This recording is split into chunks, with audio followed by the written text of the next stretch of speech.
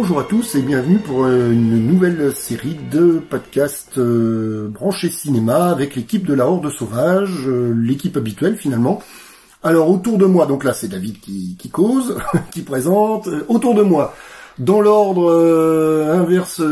sens inverse des aiguilles d'une montre, Michael en face de moi. Salut Mika. Bertrand. Bonsoir. Et Quentin. Bonjour à tous. Qui fait en même temps d'ailleurs la technique, qui a le petit œil avisé sur l'écran d'ordi pour tout ce qui est technique. Merci, toujours Quentin. Très débutant, mais on fait ce qu'on peut. Voilà. Alors on est parti sur une thématique évidemment différente des numéros d'avant. On a lancé l'idée de parler de films intimistes. Alors évidemment on reviendra un petit peu sur ce que ça peut vouloir dire au fur et à mesure des films que l'on traitera. On part a priori donc sur deux numéros distincts où on traitera dans chacun deux titres, chacun de nous ayant présenté, ayant proposé un film. Voilà. Donc on va dans ce premier numéro, dans l'immédiat, présenter Garde à vue. Bertrand, c'est toi qui vas coller, hein, Garde à vue. Évidemment, tu vas rentrer dans les détails après. Et puis Mika, tu compléteras ce numéro inaugural avec Drive. Ouais, on fera un petit bond dans le temps. Voilà.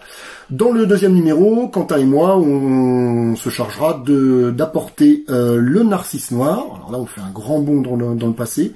Et puis on terminera cette série de films avec les Banshees d'Inisherin, où là, pour le coup, c'est le film le plus récent de notre sélection. Est-ce que ça Donc, Bertrand, on va pas forcément continuer à palabrer. On part sur Garde à vue et on démarre avec un gros morceau. À toi de jouer.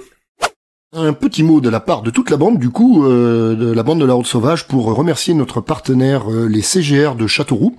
Et puis alors avec qui je présente régulièrement des films dans le cadre des plans cultes, séries de films autour d'un même thème tous les 2 mois grosso modo. Il y a un cycle au CGR.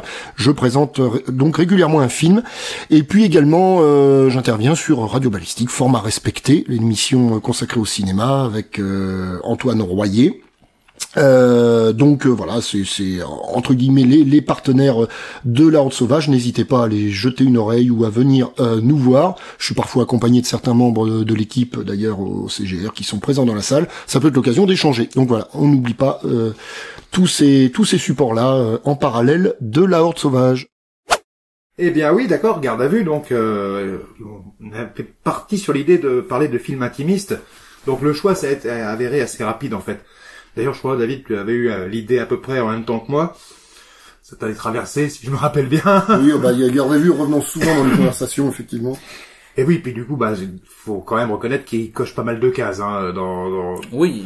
Alors, déjà, qu'est-ce qu'on appelle un film intimiste? Alors, pour moi, c'est quelque chose, c'est une histoire qui va être simple, qui va pas engager beaucoup de personnages, et qui, globalement, n'aura pas un impact définitif sur le destin de l'humanité. Voilà, ça va engager sur le destin des gens qui sont partie prenante, et puis voilà. Ouais, c'est à peu près ça, quoi. Ça parle en tout cas, ça colle bien à Garde à vue, déjà. Voilà. C'est la définition colle bien à Garde à vue. Donc, c'est ce qui fait que, pour moi, déjà, ça, c'est un film intimiste. Dans l'idée, l'intimiste est lié à l'intime aussi. Donc, on peut aussi imaginer que qu'on pourrait plutôt être dans des films qui traitent vraiment du quotidien. Et du coup, dans ce cas-là, Garde à vue resterait un peu moins dans le truc. Mais dans ma tête, je vois un peu le côté intimiste comme quelque chose d'un peu large. Tant qu'on est sur un film où on est sur peu de personnages, on n'est pas sur, comme tu disais, un grand destin de l'humanité, quelque chose comme ça. Pour moi, ça rentre dans le truc. C'est juste qu'on a un peu des visions différentes sur chacun de nos films, un peu de qu'est-ce que c'est que l'intimiste. Mais voilà, bref. Bon, c'est bien la preuve que j'avais bien présumé que mes éminents collègues ajouteraient nécessairement leur pierre à l'édifice. Oh, bien sûr, on a tous cogité sur le sujet quand même. J'ai rien à dire sur Garde à vue. Donc pour recentrer, un peu de contexte. Alors le film a été réalisé par Claude Miller et est sorti en 1981, au mois de septembre si je ne m'abuse. C'est son 3e long métrage. Alors auparavant, il avait été assistant, acteur même un peu apparemment, scénariste beaucoup. Chez Truffaut entre autres. Travaillé avec Truffaut et voilà, Godard, il a beaucoup travaillé avec les gars de la Nouvelle Vague. À tort ou à raison, ça. C'est un autre débat, on y viendra. Exactement. Donc, 3e long métrage qui intervient après une petite traversée du désert, on va dire, puisque son 2e long métrage, Dites lui que je l'aime, avait pas été un succès énorme. comparé à son tout premier La meilleure façon de marcher, qui lui avait été unanimement reconnu. Je connais très très peu ce cinéaste, c'est vraiment des noms qui me parlent pas. Alors, dites-lui que je l'aime, je ne me rappelle pas l'avoir vu, mais La meilleure façon de marcher, je l'ai vu il y a très très longtemps. Oui, moi aussi, je l'ai vu il y a très longtemps. Je pourrais pas en parler là, mais oui. De toute façon, je sais que Claude Miller, c'est bien, quoi. Oui, parce que là, on va parler d'un très grand film, c'est sûr, mais globalement... Non, Claude Miller, c'était pas rigolo. Et là, faut savoir que, donc, La meilleure façon de marcher, il partait sur un premier long métrage avec Devers en tête d'affiche, Patrick Devers. Donc déjà... Ça me va. Mais en plus, sans rentrer dans les détails, on est quand même sur un cinéaste qui est du coin. Il me semble bien, parce que... Miller? On est plutôt vers le centre de la France, nous, et il me semble bien que Miller était de Corrèze, je crois bien. Je sais que je l'ai vu, il y a une conférence à Orléans il y a très longtemps, mais... Je veux bien que tu vérifies, mon cher Mickaël. Parce que j'ai travaillé dans un petit cinéma en Creuse, et c'était un cinéma où Claude Miller était venu, parce qu'il habitait dans le coin, sa femme qui lui a survécu, il me semble bien, parce que lui est décédé, il y a déjà quelques années, et sa femme qui avait survécu était habitée dans le coin, il me semble bien. Donc lui, il venait du coin, alors, je me trompe peut-être énormément, mais je crois bien. Alors moi, je l'avais vu à Orléans, donc il y a très très longtemps, une bonne vingtaine d'années. Il est né à Paris, il est décédé à Paris. Oui, bon. Mais entre deux. Ouais, il a dû pas une maison de campagne quelque part. Bref, bon, c'est pas le sujet, mais voilà, c'est. Donc voilà, souvent je l'associe. Mes époques lointaines où j'ai travaillé du coup dans ce petit cinéma, je me souviens que Claude Miller, on en parlait. D'accord. Comme un gars du coin. Bref, mais je me trompe peut-être. Bref. Donc voilà, où est-ce que j'en étais? Oui, donc La meilleure façon de marcher est un succès. Dites-lui que je l'aime, non. A priori, malgré la présence quand même de Gérard Depardieu et Miu Miu à l'affiche. Ah tiens, et pas Blier, tiens, c'est marrant ça. non. Pour une fois. Et donc, alors, 4 ans se sont écoulés où il a fait des pubs, voilà, il a vivoté un petit peu, jusqu'à se retrouver sur le projet Garde à vue. Donc... Un petit peu. Mais oui, on a des notes. Si on veut faire quelque chose de bien, c'est quand même nécessaire. Donc, on va faire un petit point pitch vite fait. L'histoire donc se déroule au soir du Nouvel An, dans le commissariat de Cherbourg. La ville n'est jamais expressément nommée, mais bon, si j'en juge par les plaques minéralogiques qui apparaissent au début, on est dans la Manche, donc Cherbourg. Ah toi, j'avais pas du tout capté. Il est fait mention de plusieurs sites, mais qui sont globalement dans le Cotentin aussi. D'accord, ok. Je pensais vraiment que c'était à Paris et tout. Je m'étais pas posé la question, j'avoue. Ah non, on est en bordure de mer en plus. Oui, c'est vrai, oui, puisque il y a un décor qui est retrouvé sur une plage. Le phare, tu serais pas un bon enquêteur. Le phare de Saint-Clément qui n'existe pas d'ailleurs apparemment. D'accord. Voilà, il est fictif. Donc, c'est Wikipédia qui cite Cherbourg, donc voilà, j'ai ça comme assurance. Donc, dans le cadre d'une enquête concernant le viol et le meurtre de 2 petites filles, à quelques jours d'intervalle, l'inspecteur Antoine Gallien, joué par Lino Ventura, va procéder à l'interrogatoire complémentaire du notaire Jérôme Martineau, qui se trouve être témoin d'un des meurtres et d'avoir quelques trous dans son emploi du temps qui nécessitent d'être éclaircis. Voilà. Et on découvre assez vite que le dit interrogatoire n'a rien d'une procédure de routine, puisque le policier a quand même une idée derrière la tête, et il va s'en suivre une mise en garde à vue de celui qui devient suspect. Donc voilà. T'as pas précisé que c'était Michel Serrault qui jouait... bah oui, mais Michel Serrault, je l'aurais dit plus tard. C'est une évidence, tout le monde est obligé de le savoir, parce que tout le monde est obligé d'avoir vu ce film. Voilà. Donc, je l'avais pas vu avant. Hein. Allez, bah c'est fait maintenant. Michel Serrault, voilà, avec le policier adjoint interprété par Guy Marchand qui tape à la machine. Voilà. C'est important la machine. La machine. D'ailleurs, je prends le temps de rappeler à nos chers auditeurs quand même que on va allègrement certainement spoiler des éléments. Ah oui, on n'a pas redit, mais ça reste c'est bien de le redire à chaque fois. Allez voir et revenez. Oui, voilà. Oui, effectivement. Si on va pas forcément s'attarder sur la fin, voilà, en tout cas, on s'autorise totalement le fait de dévoiler certains éléments importants des intrigues des films dont on va traiter. C'est quand même impactant. Oui. Autant causer. Oui, c'est vrai. En tout cas, là, pour garde à vue, là, c'est mieux de le voir avant, quoi. Mieux. Donc, l'interrogatoire donc Davy, il quitte le ton courtois du début, voire poli, voire très posé, cordial, voilà, du début, pour vraiment aller vers une sorte d'affrontement, hein, il n'y a pas d'autre mot. Et ils prennent successivement l'avantage. D'ailleurs, le policier marque le pas par moment, puis c'est le suspect, puis... Et au final, c'est l'arrivée du personnage central, quand même, de Chantal Martineau, interprété par Romy Schneider, avec son lot d'informations décisives qui a vraiment orienté la suite de l'enquête de Galien. Voilà. La bascule des événements. Alors que dire Alors, par où commencer? Alors dire que le film est assez court, parce qu'il fait à peine 1h30. Ouais. Le film, donc effectivement, il y a 4 personnages importants, dont Romy Schneider qui n'apparaît quand même que le temps d'une séquence. Voilà. Alors, la séquence est dense et dure un peu, mais voilà, et un petit peu à la fin effectivement. Donc ça repose sur globalement 3 personnages. Alors après il y a quelques flics qui interviennent régulièrement au fil du truc. Mais enfin ça tourne vraiment autour de Marchand, Ventura, Serrault. Sachant que Marchand, dans la deuxième partie de l'interrogatoire, il y a un petit couac, il est absent parce que c'est un peu dégénéré. Il a un peu malmené Martineau, Serrault. Voilà, donc alors tu peux peut-être parler, enfin je sais pas en termes de notes ce que tu nous as réservé, mais peut-être qui s'est chargé des dialogues, le petit travail d'adaptation, parce que c'est adapté d'un roman, on est bien d'accord? Ouais. De la série noire, je crois. Oui, c'est ça. Voilà, donc je te laisse la main, vas-y. Voilà. Alors bon, faut quand même reconnaître qu'intimiste, apparemment, ça rime pas forcément avec rigolo, hein, quand même. Si j'en juge par la sélection qu'on a effectuée. C'est vrai. C'est vrai que l'intime, c'est chiant. C'est probablement. Et c'est triste. C'est un poste qui est rigolo, qui est intimiste. Je ne l'ai pas vu, mais il est souvent cité, oui, mais. Oui, il aurait pu coller. Bah, c'est un espèce de rêve, donc c'est pourquoi, pourquoi c'est ça. Bon, il faut déjà parler de l'ambiance, hein, je trouve, quand même. Alors, c'est un huis clos, quasiment exclusivement, dans cette salle d'interrogatoire. Voilà. Alors de ce fait, la mise en scène privilégie quand même les plans assez rapprochés. C'est pas tellement facile de faire des grands plans d'ensemble. Là, on a maximum 2 personnages à l'écran le plus souvent. Là, on a vraiment le travail sur se rapprocher au plus comme une enquête en fait. Enfin, c'est comme ça que je l'ai ressenti. Et puis donc voilà, t'as la lumière blafarde des néons, cette quasi absence d'ombre par moment.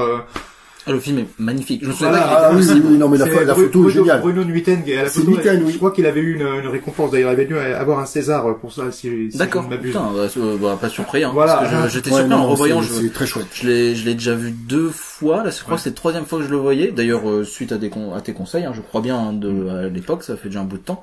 Mais je me souvenais pas que le film était aussi beau. Ouais. En le voyant, ça m'a vraiment. Et pourtant, on est toujours dans une espèce de gris. Il y a plus fun qu'un bureau de commissariat. Mais non, c'est très chouette. Bleuté, violacé extérieur, qui est un peu nappé, qui est vraiment, et qui contraste avec les quelques flashbacks. Il y a quelques petites séquences de flashbacks dans les récits de Martineau. Voilà, il y a cette espèce d'ambiance Noël. On pourrait presque se croire dans des plans. Alors, les plans sont très resserrés. D'ailleurs, c'est amusant parce qu'ils sont globalement plus resserrés que les plans dans le bureau de Ventura. Mais c'est des plans resserrés sur les flashbacks bien souvent. Et ça a un petit côté film de Noël. Voilà. La séquence qui contraste quand même furieusement. Il y a un petit flou artistique en plus. Voilà, c'est ça. Voilà. Bah, d'ailleurs, je crois bien que c'est une séquence à Noël qui se passe. Oui, tout à fait, parce qu'il y a les ouvertures de paquets pour les enfants, etc. Oui, c'est ça. Et ça contraste vraiment avec l'esthétique du commissariat. C'est vraiment c'est du fonctionnel, c'est du froid, c'est du rectiligne. Mais c'est beau, comme le dit Quentin, c'est très très beau. Et puis il y a l'évolution parce que c'est quand même unité de temps, de lieu, d'action. C'est ça, mais il y a beaucoup des ingrédients d'une tragédie en fait dans tout ça. Exactement. Ça pourrait être garde à vue au théâtre, ça fonctionne à 100%. Hein. C'est bien joué, voilà, c'est le matériau de départ, il y a rien à toucher. Et tu fais bien finalement de pointer le truc de la tragédie en fin de compte, parce que t'as vraiment les antagonistes principaux et t'as Belmont, donc le personnage de Guy Marchand, qui est un peu le cœur. Oui. Parce que voilà, il appuie un petit peu le ressenti que le spectateur ou la personne extérieure pourrait avoir. Et les sentiments aussi qui pourraient s'exacerber à un moment donné. C'est-à-dire qu'il exprime ce que parfois retient le personnage de Ventura. Ventura, c'est le vieux sage, et Marchand, c'est un peu le chien fou, et c'est lui qui part en couille, en fait. Voilà. Donc alors ici il sert vraiment de curseur de jauge à la limite Marchand à ce niveau-là. Donc les interactions, il faut quand même aborder le sujet du scénario. Donc tu le disais tout à l'heure, le scénario qui est donc l'adaptation de À table Oui, c'est ça. Paru à la série noire, comme tu disais, en 1980. Enfin, pour la traduction, j'imagine, parce que Oui, le roman doit être antérieur, je pense. Alors, j'ai pas la ni rien, mais ouais, voilà. Donc, roman signé John Wainwright. Romancier anglais, si je ne m'abuse, britannique. Il y a des chances, ouais. Voilà. Oui. Je sais pas trop. J'ai lu quelques extraits du bouquin dans le cadre de ma recherche, mais j'ai pas. Oui, on sait pas si c'est une adaptation. Je me disais, toi, grand lecteur, t'aurais peut-être. Non, je l'ai pas lu. Non, je l'ai pas lu. Non, je te l'aurais dit. Enfin, je l'aurais dit là dans les minutes qui précèdent. Non, j'ai pas lu le roman. Je vais faire une réflexion idiote, mais vu que Série Noire, je connaissais le film déjà du nom. Je sais que c'est tiré du coup d'une des histoires de la collection Série Noire. Ouais. Voilà. Donc là aussi, en l'occurrence. Oui. Je pensais que c'était français. Ah, le roman de départ? Tout ce qui était Série Noire, en fait. Ah non, mais c'est même plutôt, enfin, il y a des trucs français dans le lot, hein, mais c'est plutôt anglo-saxon. D'accord. C'est plutôt anglo-saxon, la Série Noire. Pourquoi je m'étais fait le hangar un peu là-bas. Oui, c'est ça, c'est ça. Peut-être vu que j'ai pas en tête d'autres adaptations de ces bouquins en film autre que français.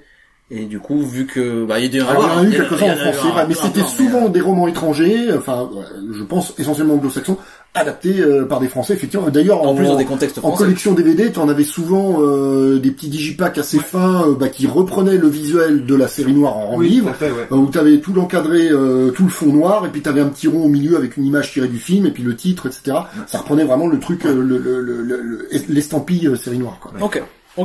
Donc le roman s'intitule À table. Et donc voilà, c'est une adaptation relativement fidèle. Il y a quelques points de divergence déjà. La nationalité de l'histoire, voilà, est adaptée. Donc par Claude Miller lui-même et Jean Herman, je sais pas, qui s'avère n'être ni plus ni moins que Jean Vautrin. Donc les amateurs de polar doivent connaître aussi. Voilà. Et puis donc la partie dialogue, elle, étant confiée à Michel Audiard. C'est vrai que c'est la première fois au bout de 16 minutes qu'on cite son nom, mais c'est quand même une pierre angulaire du film. Tu remarqueras que j'ai bien prononcé le mot, on va peut-être parler de qui a écrit les dialogues. Il y a de ça 5 minutes. Bertrand réserve ses effets. C'est très bien. Non mais, c'est quand même le gros morceau, l'énorme morceau du truc. Alors l'histoire est carrée, il y a pas. Non mais l'histoire puis les acteurs, parce que on va sûrement y revenir, mais moi on est sur du jeu d'acteurs comme on n'en voit pas tous les jours. Faut quand même le dire. Mais effectivement, on peut pas ne pas parler des dialogues. Le thème qu'on a aujourd'hui, film intimiste, va faire qu'on va quasiment que parler. On va globalement parler de prestations assez et d'ambiance, Bon, sachant que forte, là on est, oui, bien sûr. On y reviendra, mais peut-être le tien, Quentin, ce sera pour beaucoup plus tard, mais celui de Bertrand est vraiment assez représentatif à ce niveau-là. En termes de jeu, d'ambiance, effectivement. Bon, là, ça se discute pour tous les films, mais vraiment, au niveau du jeu, je pense qu'on est sur le plus lourd, peut-être, de la série. Là, il y a quand même vraiment quelque chose. Là, c'est un élément incontournable, un ingrédient incontournable de l'œuvre. Voilà. Donc, Michel Audiard, figure bien connue, patrimoniale du cinéma. Il est vraiment au sommet de sa carrière, au début des années 80. Quoique peut-être un peu en perte de vitesse, faute de modernité, mais bon, il était quand même sur 2 projets cette année-là, en 81. Donc il y avait d'une part Garde à vue et d'autre part Le Professionnel de Georges Lautner. Autre salle, autre ambiance. Oui. Et du coup, ça a dû lui faire perdre un peu de temps, puisqu'il s'est fait relancer plusieurs fois. Il y a eu quelques atermoiements aussi avec Miller sur certaines répliques qui avaient l'air d'être un peu surécrites. Miller a tenu bon. Ce qu'on peut parfois d'ailleurs reprocher à Audiard. C'est moi qui suis plutôt amateur, mais ce qu'on peut reprocher à Audiard, il y a parfois un côté surécrit dans ces scripts. Donc Miller avait son truc bien en tête, malgré le fait que Audiard devait poser sa patte. Miller est resté le maître a priori.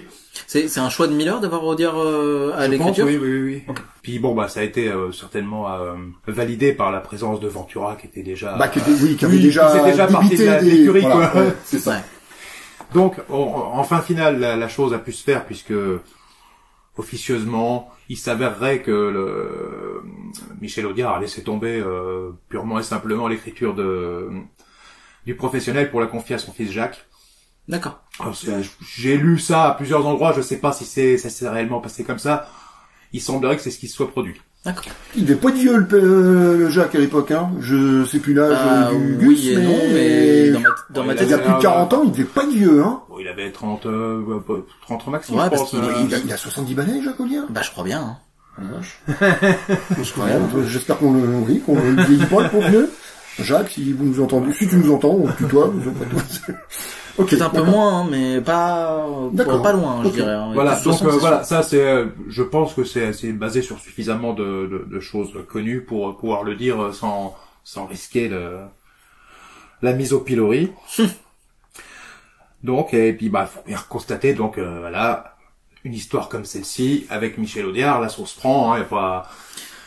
Oui, il y a pas de grands envolées comme à la grande époque des années 60, voilà, mais il y a un niveau d'écriture, des changements de registre, plein de choses, on passe de quelque chose de très très bourgeois à quelque chose de très très organique par moment, puis il y a des choses profondes, enfin il y a des répliques de Serrault qui ont rien de drôle, hein. Ouais. Mais quand il parle de son fameux couloir, oui. Moi, ce passage-là, je me le passerai en boucle. C'est absolument hallucinant. Avec le plan du couloir en question, quand il décrit ce truc-là, mais d'ailleurs, même Ventura le joue à la perfection, parce qu'il le joue comme moi, j'aurais été si il m'avait débité ça. C'est tétanisant. Il y a des tas de choses qui peuvent séparer un couple.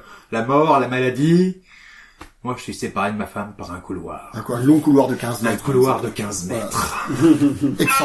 Extraordinaire. Enfin, dit par Serrault, c'est magnifique. Et c'est le désespoir, quand même, hein. Oui, c'est ça. Parce qu'il y a, c'est beaucoup ça qui le mène, ce type. Donc voilà. Alors, Michel Audiard, qui cultivait quand même un côté un peu anard, un peu, je m'en fous, les émotions, ça pas moi, moi, ce qui compte, c'est les copains, la bouffe, le pinard. Il y avait beaucoup ça dans sa com, je veux dire. Ouais. Ouais, c'est des choses qui sont bien, hein. Oui, aussi, oui. On pratique. Ouais, et le fait est que là, il se met un peu à nu quand même, Audiard. Il met beaucoup plus de sensibilité que dans beaucoup de ses films. Et c'est aussi pour ça, je pense que ça fait mouche. Parce qu'il y a une sincérité, il y a une, alors ça provient peut-être du matériau de base, mais pour moi, il y a aussi pas mal de son interprétation de l'histoire telle qu'il a pu la lire, parce qu'a priori, c'était lui qui était tombé en premier sur le roman, qui avait pu proposer aux uns aux autres, à plusieurs metteurs en scène. Enfin, c'était par son biais, lui, a priori. D'accord, ok. Donc, le scénario sera récompensé par un César aussi l'année suivante. Ok. Si je ne m'abuse. Largement mérité. Voilà. Oui. Mais voilà, on a... Alors, à titre personnel, Audiard, là, je veux pas dire de bêtises, parce que ça, je l'ai pas vérifié. Il y a eu un drame personnel, Tu y viens? Ah ouais. Il faut que t'en times, parce que moi, je te dis gentil, mais tout me coupe la parole aussi dans cette maison, c'est quelque chose, ça. Vas-y. Mais il y a une, voilà, la sensibilité exacerbée, bon, voilà, moi, ça me touche toujours, parce que, je l'ai vu peut-être 20 fois, ce film, et à chaque fois, je tombe la tête la première dedans. Pareil. Voilà. Alors, l'histoire est sordide. Alors, est-ce que ça a justement la perte du fils, le deuxième fils de Michel Audiard en 75? Je me suis toujours posé la question si ça n'avait pas eu une espèce d'influence quand même, malgré tout, sur sa manière d'apprendre cette histoire qui parle quand même de mort d'enfant violente, voilà. Alors, je sais plus de quoi il s'agissait. Je crois que c'était un accident de voiture, le fils Audiard, mais là, je sais pas, par contre. Et tu vois, je pensais même pas que c'était si vieux. Je pensais que c'était plus proche de la production de Garde à vue, tu vois. Mais ça, je savais qu'il y avait eu un drame comme ça. Ouais. Pour moi, voilà, ça a dû jouer aussi en la faveur d'une sensibilité un peu plus appuyée que dans ses précédents films. Voilà, on n'est plus chez les Canards Sauvages, quoi, clairement. On est loin des Tontons Flingueurs, des trucs comme ça. C'est sûr. Oui, c'est sûr. Non, on est sur autre chose. Mais le film arrive toujours à être drôle. Enfin, il y a quand même il a un talent fou, quoi. Voilà, il y a toujours la drôlerie. La réplique qui fait mouche, quoi. C'est une question de tac-tac j'ai pas forcément le terme, mais le répondant, quoi. C'est le rythme, c'est vraiment mais oui, le bon mot au bon endroit. Voilà. Et puis, il est toujours remarqué, enfin, la plupart du temps bien servi par les acteurs dans la plupart des films. Et ça, ça aide aussi. Et souvent, il arrive à nous niquer avec la simplicité. Un truc où il va répéter la même phrase que le mec a dit avant, mais d'une manière un peu détournée. Et là, tu dis, waouh, c'est tellement bien écrit. Mais oui, c'est ça. Non, là, je dis une évidence parce que c'est ça sur ce film-là, mais c'est partout. Oui. Avec son Audiard mais d'ailleurs, en poussant un peu plus loin la réflexion, je m'étais déjà fait cette remarque de la sensibilité chez Audiard, et je l'avais revu dans un autre film, alors pas tout à fait de la même façon, c'était dans Le Pacha, sorti une quinzaine d'années auparavant. Alors là, on est dans du polar de Georges Lautner, très très carré, très très classique, avec beaucoup de beaucoup de répliques à l'emporte-pièce, telles que Audiard savait les trousser, il y avait pas de problème. Lautner, c'est aussi Ne nous fâchons pas, il me semble, des oui, choses comme oui, ça. Voilà, oui, oui, les tontons flingueurs. Oui, bien sûr, pardon. Oui, c'est ça. Oui, c'est ça. Voilà. Ouais. Donc là, mais là, vraiment, le langage fleuri, le langage argotique tel qu'il était utilisé, déjà, dans le Pacha, il y a quasiment que Gabin qui l'emploie. C'est quand même un signe. Bon, il y a André Pousse aussi par moment, mais on le voit beaucoup moins. Mais, et ça sert vraiment de véhicule aux émotions qui traversent. Parce qu'en fait, le pitch principal du Pacha, c'est ce flic en fin de carrière, joué par Gabin, qui perd son meilleur pote. Son meilleur pote qui est flic aussi, et qui s'avère être ripou. Voilà. Alors, spoil, hein, on est bien d'accord, si vous avez pas vu le Pacha, désolé. Oui, bah, on prévient, de toute façon, en début d'émission. Mais c'est vraiment ça, le fil rouge de tout ce film-là, c'est la tristesse du personnage. C'était un peu vénère. Ouais, celui-là était même c'est pas prévu, celui-là. Bon, mais c'est tellement multidiffusé. C'est vrai. C'est pas la fin du film, non, puis c'est surtout que ça ne gâche pas le film. Ok, bon. Oui, parce que ça intervient assez vite. Oui. D'accord, ok, oui, non, c'est pas une... Non, voilà, c'est pas la scène finale. Et ça, c'est la tristesse du personnage de Gabin, ça sert le fil rouge. Et tous les dialogues s'enfilent autour de ce truc-là. Et en y réfléchissant, il y a vraiment que ça. Il n'y a que ça qui mène Gabin du début du film jusqu'à la fin. Parce que ça lui renvoie à la perte de son ami, donc, parce que c'est a priori un ami d'enfance depuis le début. Donc il voit sa jeunesse s'enfuir, il voit ses illusions perdues peut-être pour toujours, voilà. Et c'est ça qui fait que finalement il n'y a que Gabin qui parle le Audiard entre guillemets, et que les autres finalement ne le comprennent plus, et lui ne comprend plus finalement ce qu'il y a autour de lui quasiment. Ok. Voilà. Dans Garde à vue, ce qui est assez remarquable, en dehors de Romy Schneider, les trois personnages, Marchand, Serrault, Ventura, sont tous les trois dans le ton Audiard. Alors même s'ils ont chacun leur personnalité, c'est là d'ailleurs le talent quand même d'Audiard, c'est que même si on ressent leur personnalité très différente, leurs antagonismes, etc., ils sont tous les trois dans le ton Audiard. On peut pas dire lui il est moins dans des répliques à la Audiard, etc. Non, les trois on a l'impression qu'ils débitent bel et bien du Audiard. Je mets Romy Schneider à part, mais eux trois sont vraiment dans le ton on connaît un petit peu, même si encore une fois on est dans du Audiard un petit peu différent dans Garde à vue. C'est un Audiard qui a évolué, qui est sur quelque chose de plus dramatique, effectivement, mais toujours aussi percutant. Ah ouais, puis voilà, on l'a dit plusieurs fois, mais c'est vrai que c'est très lourd. Il n'y a pas chacun dans son registre, parce qu'ils le jouent chacun à leur manière malgré tout. Mais il y a une langue et ils se l'approprient tous super bien. C'est ça qui est formidable. Bon, Lino Ventura, on n'avait pas forcément de surprise à ce niveau-là. Mais on a par exemple Michel Serrault qui lui était plutôt dans un contre-emploi à ce moment-là de sa carrière, puisqu'il sortait de la cage aux folles, il avait fait une carrière de comique au théâtre, machin, tout ça. On l'attendait pas. On l'attendait pas forcément dans ce genre d'histoire-là. Voilà. Je raccroche les wagons au fur et à mesure, mais oui, c'est vrai que lui, la cage aux folles, effectivement. Voilà, et c'était pas longtemps après, en fait, hein. C'était 3-4 ans après, hein. D'accord, ok. Donc voilà, ça fonctionne du feu de Dieu. Il y a pas d'autres mots. C'est un véritable festival. Il y a un ping-pong verbal. Voilà. Et faut pas oublier, parce que c'est là où c'est adapté d'un polar. Mais on n'oublie pas l'intrigue derrière. C'est-à-dire que j'y pensais, je me suis dit je vais attendre de voir ce qu'il dit. Non, mais c'est ça, parce que c'est vrai qu'on a vachement focalisé. Du coup, Audiard, on a tardé à prononcer son nom. Là, ça fait 10 minutes qu'on est dessus et voilà. Mais il y a quand même une intrigue derrière, une vraie intrigue policière, parce qu'il y a quand même une enquête. J'imagine que t'allais venir. Ouais, tout à fait. Bon, bien sûr. Bon, alors on va dire que depuis tout à l'heure, j'introduis les éléments de c'est-à-dire que vas-y, pour les transitions. T'es impatient, David. Oui, je suis trop impatient. Le fait est que j'ai pris une douzaine de pages de notes et puis j'ai l'impression de rien avoir dit. Alors pour l'instant, on est sur des choses. T'as à te parler, hein. Tout va bien.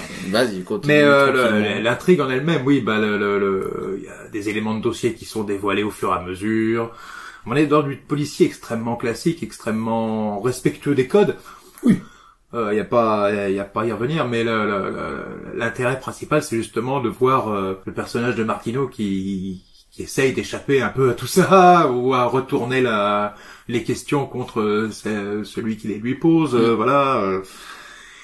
Et puis là surtout, moi j'ai surtout en revoyant en tête en dehors d'Audiard vraiment le talent de Miller et même de l'écriture, le montage du film, où en fait le film ne fait que te trimballer. Oui. En fait, j'ai vu peu de films où c'est quand même dur de réussir à deviner.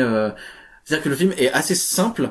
C'est-à-dire qu'on arrive au début du film, on se dit bon, on a tout de suite un avis, on se dit moi, quand on le découvre pour la première fois, bon, ça va être lui le tueur ou pas. Ouais. Donc ensuite le film part un peu différent, tu dis en fait peut-être non, en fait non là clairement c'est pas lui. Puis après tu y repenses, tu dis c'est peut-être lui. Oui, tu sais jamais jusqu'à ce qu'arrive la fin et où la fin d'accord en fait pas du tout, totalement ailleurs.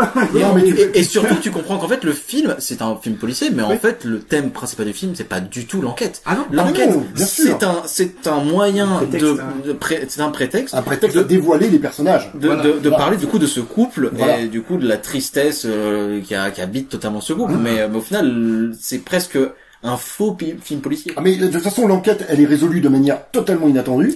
Il est fortuite, et même je mets au défi quiconque de dire avant la fin, bon, de toute façon, j'ai deviné il y a dû avoir un pélos qui s'est dit le gars du début, ça doit être lui, mais oui, mais enfin, fan de Scooby-Doo peut-être. Voilà, mais c'est impossible de deviner le truc. De toute façon, il n'y a pas d'éléments qui te sont donnés pour ça. Non. Par contre, effectivement, c'est un révélateur du couple Martineau, Serrault Schneider. Et même, on peut même appuyer en disant que, moi je trouvais intéressant que à la fin, du coup, la façon dont on découvre qui est le tueur, c'est même pas travailler plus en profondeur, c'est-à-dire que donc là c'est pas étudié, c'est sûr. Il y a la voiture, il y a un corps dedans, du coup on fait l'amalgame en disant on suppose que si lui il a tué une jeune fille, il a tué les autres jeunes filles et tout, mais le film va pas plus loin que ça pourrait très bien être quelqu'un d'autre, un autre tueur, le film reste sur la simplicité de dire cette partie-là n'est pas du tout résolue.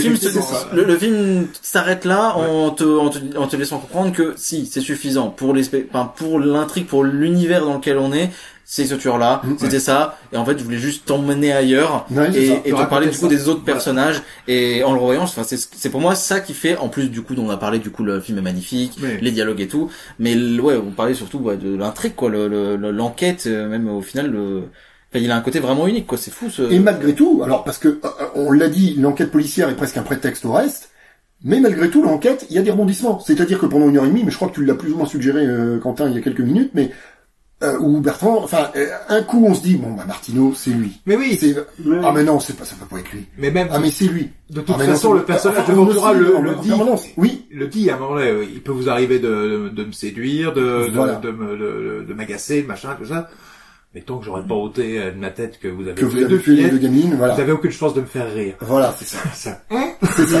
Et Ventura lui-même. C'est Ventura qui le dit, quoi. Voilà. C'est ça. C'est pas Joe le rigolo, quoi.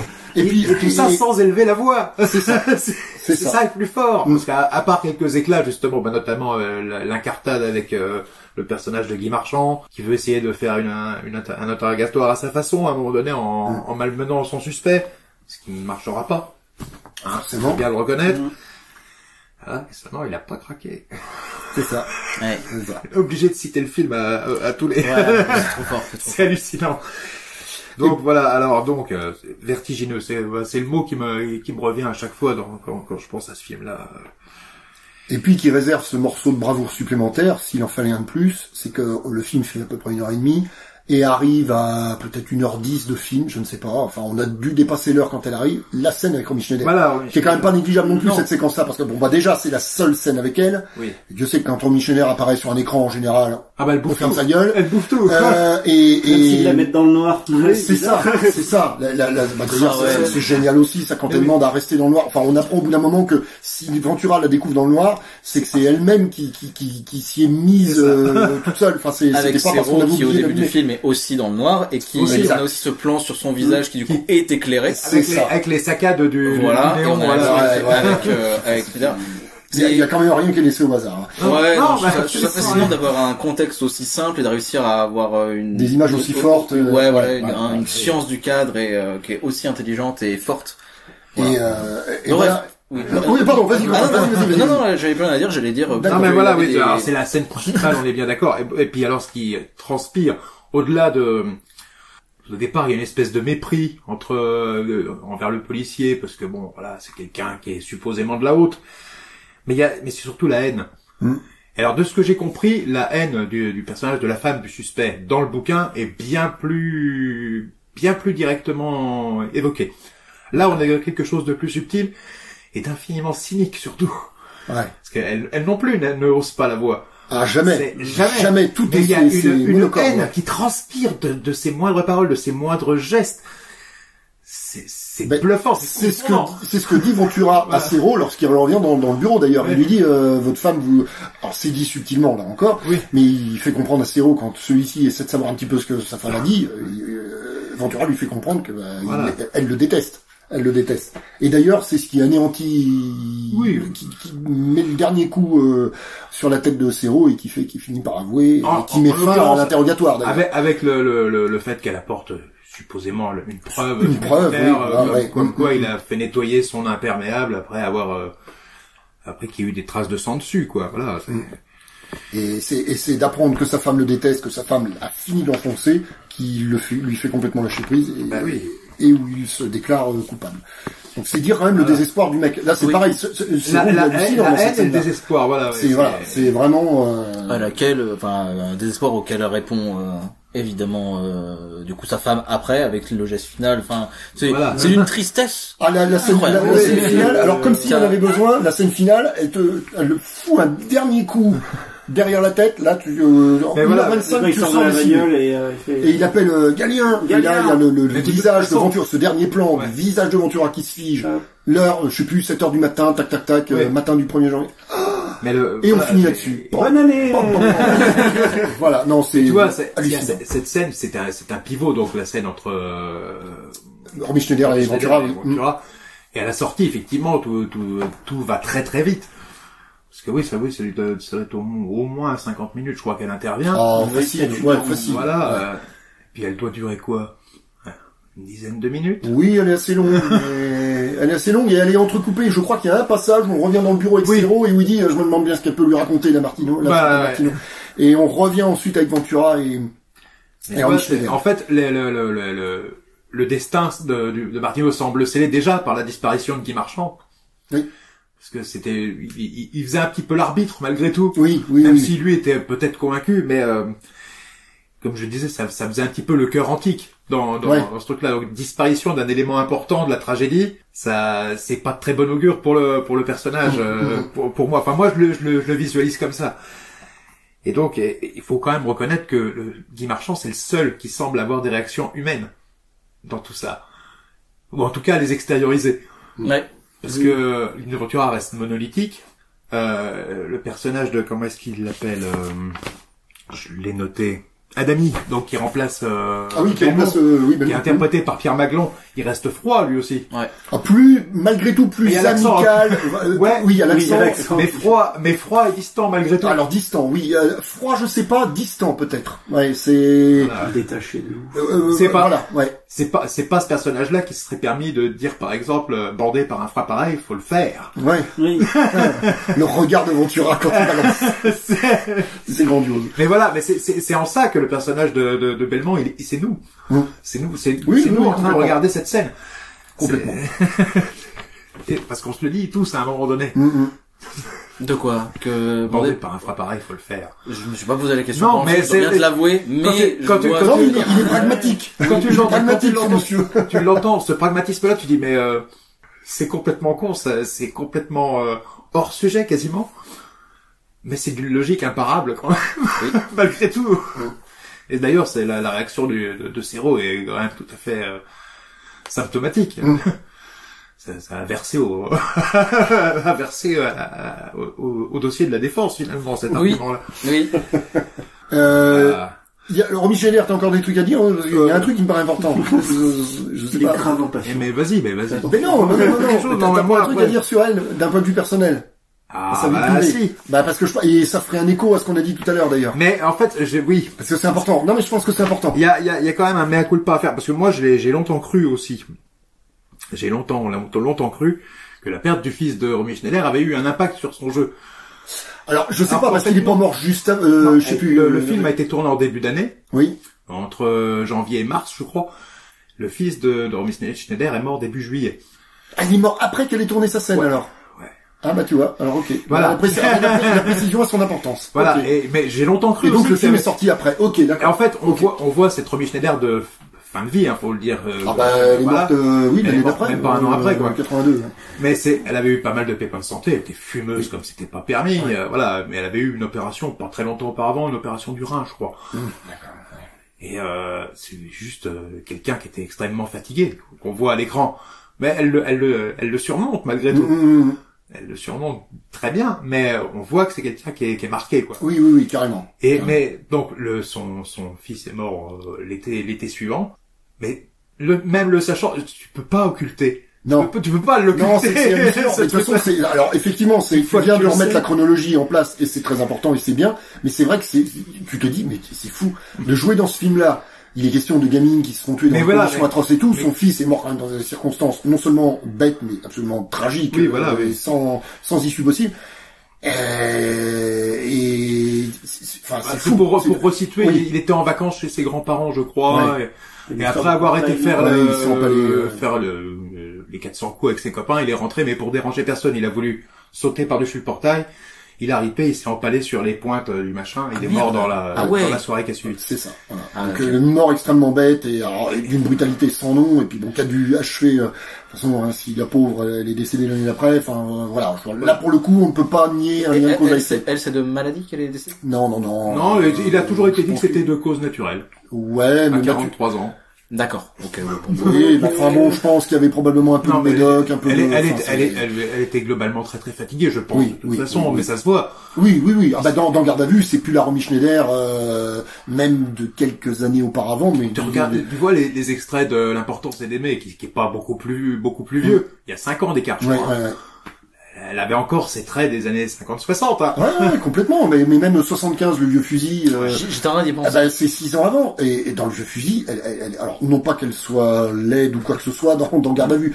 Mais 6 ans avant, on la voit dans le vieux fusil, on la voit dans Garde à vue, on a presque l'impression qu'elle a pris entre 10 et 15 ans. Ouais, c'est ça. Alors que non, il y a que 6 ans d'écart. Alors, le vieux fusil me vient parce que je pense qu'il va parler beaucoup aux gens, celui-là, mais voilà, on peut prendre les films de Claude Sauté, César et Rosalie, c'est quoi, c'est 72, César et Rosalie? César et Rosalie, elle est lumineuse dans le film, elle est complètement lumineuse. C'est 9 ans avant. 9 ans avant Garde à vue. Enfin, elle a fait physiquement une espèce de grand écart, même si elle reste physiquement impressionnante. On sent qu'il s'est passé des choses. Voilà, mais en tout cas, merci là pour la chronologie avec les événements de son fils. J'ai voulu rechercher ça aussi parce que j'avais peur justement de commettre un impair. Je voulais pas me fausser justement ce truc-là, mais c'est vrai que j'ai jamais pu me départir de cette connaissance-là en voyant Garde à vue. Mais je suis même pas convaincu qu'elle aurait accepté de jouer dans ce film-là si ça s'était passé avant. Voilà, exact. Ouais, si son fils était mort. Déjà, apparemment, elle a eu pas mal de difficultés avec le gamin avec lequel elle jouait dans La patiente du sans souci. Ça devait être encore beaucoup trop récent en fait. Donc voilà. Donc c'est dit. Et donc pour le reste, on a l'affrontement entre Ventura et Serrault, c'est ce qui occupe quand même la majorité du métrage. On a d'un côté donc Serrault qui est arrogant, mystificateur un peu, toujours très désagréable, hein, quoi qu'on dise, extrêmement désagréable. Mais parfois touchant. Voilà. Le couloir, il me fout les poils quand il parle de son couloir. Ah bah oui. Et donc, de l'autre côté, on a Ventura qui est moins rigide et moins dans une posture de toute puissance que dans le cinéma des années précédentes où il était quand même en perd la victoire quasiment assurée, quoi. Il est plus dans le doute quand même. Et une espèce de malhonnêteté qui se fait jour quand même dans le fait de provoquer la garde à vue alors qu'il n'a pas forcément l'aval de sa hiérarchie. C'est ce qui est dit quand même. Puis la manière dont il se fait désavouer quand même aussi pétaradante et sèche que la résolution de l'enquête elle-même pour le coup. Donc qu'est-ce que je peux dire de plus? C'est ce que je dis, j'ai des pages et des pages de notes, j'ai l'impression de rien avoir dit. On a quand même bien décortiqué, l'affaire. Qu'est-ce qu'on peut dire? La musique. J'aime beaucoup la musique. Finalement, il y a qu'un thème. Oui. Joué à plusieurs vitesses. Une espèce de petite ritournelle là. Mais c'est une espèce de truc à l'orgue de barbarie. C'est d'ailleurs assez, c'est un truc enfantin avec barbarie dedans. Oui. Finalement, il y a comme une espèce de concomitance de tout dans ce film-là. C'est hallucinant. Voilà. Et alors, je me rappelle d'il y a quelques années. Alors, David, tu te rappelles sûrement. J'avais commis une espèce d'articulet dans une publication il y a longtemps disparue de Travelling, et où j'avais comparé tout ce film en fait à une scène de rupture d'un couple. Les deux membres du couple étant Serrault et Ventura. Et en fait, si t'élargis encore plus, c'est vraiment la recherche de la vérité. Est-ce que des fois ça vaut pas le coup simplement de laisser tomber, parce que ça amène plus de mal que de bien. Alors dans le cadre d'un couple, parce que là effectivement si on ramène ça au film, et il y en a un qui fait son taf, enfin son qui le rate d'ailleurs, et puis qui rate son coup, mais et puis alors Serrault qui lui de toute façon est là au départ, il sait peut-être pas trop pourquoi, et mais qui de toute façon n'en sort pas grandi non plus. Là effectivement l'entrevue, la finalité de garde à vue et de tout l'entretien des deux hommes, c'est quand même que c'est un échec aussi bien pour l'un que pour l'autre, en fin de compte. Il suffit de voir comment finit le film. Voilà. C'est quasiment tous les protagonistes, hein. Oui, c'est ça. Bah oui, parce qu'il y en a même, c'est encore plus radical que d'autres pour le final. Mais effectivement, c'est un film un peu de l'échec. Mais alors, si je dois terminer en un mot, mais voyez ce film, revoyez ce film, revoyez ce film, et voyez ce film. Ça a été un succès en plus, hein. Par rapport à tous les autres films de Miller antérieurs, il a fait 4 ou 5 fois plus d'entrées. Puis bon, récompensé, etc. Voilà. Et puis considéré quand même aujourd'hui comme un très bon film français, un beau fleuron du cinéma français de l'époque. Effectivement. Ça me semble pas mal. J'ai pas de point, en tout cas, il y a rien qui me vient comme ça. J'ai pas beaucoup parlé. C'est bien vrai. C'est dommage sur un film comme ça. T'as pas eu beaucoup de temps non plus. Mais c'est que rajouter de plus en fait, c'est vraiment mené d'une main de maître, enfin on se prend tout dans la tronche. Tu parles de son exposé ou du film? Un peu des deux. Non, c'était très bien, Bertrand. Non, c'était très bien. L'exposé était minuscule par rapport au film. Oui, très bien. Mais c'était très bien. C'était très bien, et c'est beaucoup de recherches, quelque chose que je fais peut-être pas assez moi, mais en fait chacun a une autre façon de faire. Ouais, mais non, c'était très bien. Tu as déjà fait les autres fois, vraiment, le côté recherche, c'est très bien, voilà. Si on a donné envie, encensement en direct. Voilà. Et puis si on a donné envie en parlant et avec tout ce que t'as balancé comme info sur le film, si ça vous a donné envie de le voir ou de le revoir si vous l'avez déjà vu, et ben c'est en fait le but principal. Voilà. Exactement. Voilà. Oui, du coup, Mickaël, on t'a un peu coupé, mais moi j'aime bien qu'on me prenne un petit peu par surprise. Et puis là, je me suis fait prendre par surprise. Puis on peut pas faire autrement, hein, comme on disait tout à l'heure. C'est difficile de se dire, c'est le mec là qu'on a vu 30 secondes au début du film. Mais j'ai pas vu le temps passer. Bon, effectivement, il est pas long. Non, il est pas long. Il y a des films qui sont très longs. Oui, et là, j'ai fait, déjà fini, d'accord, ok, et puis on reste sur le cul, à la fin, Je crois que le monsieur dont on va parler dans pas longtemps, il a justement fait des films d'1h30 qui sont très très longs. On parlera juste après, mais... Voilà, après, mais on verra, mais là, ouais, je peux rien dire de plus. Non, mais c'est calibré au millimètre, c'est calibré en termes de temps, en termes d'action, en termes de gestion de l'espace, tu l'as dit, hein, la façon de filmer, enfin c'est de transition. Ça se termine toujours sur une phrase qui la corne de brume, Martino, la corne de brume.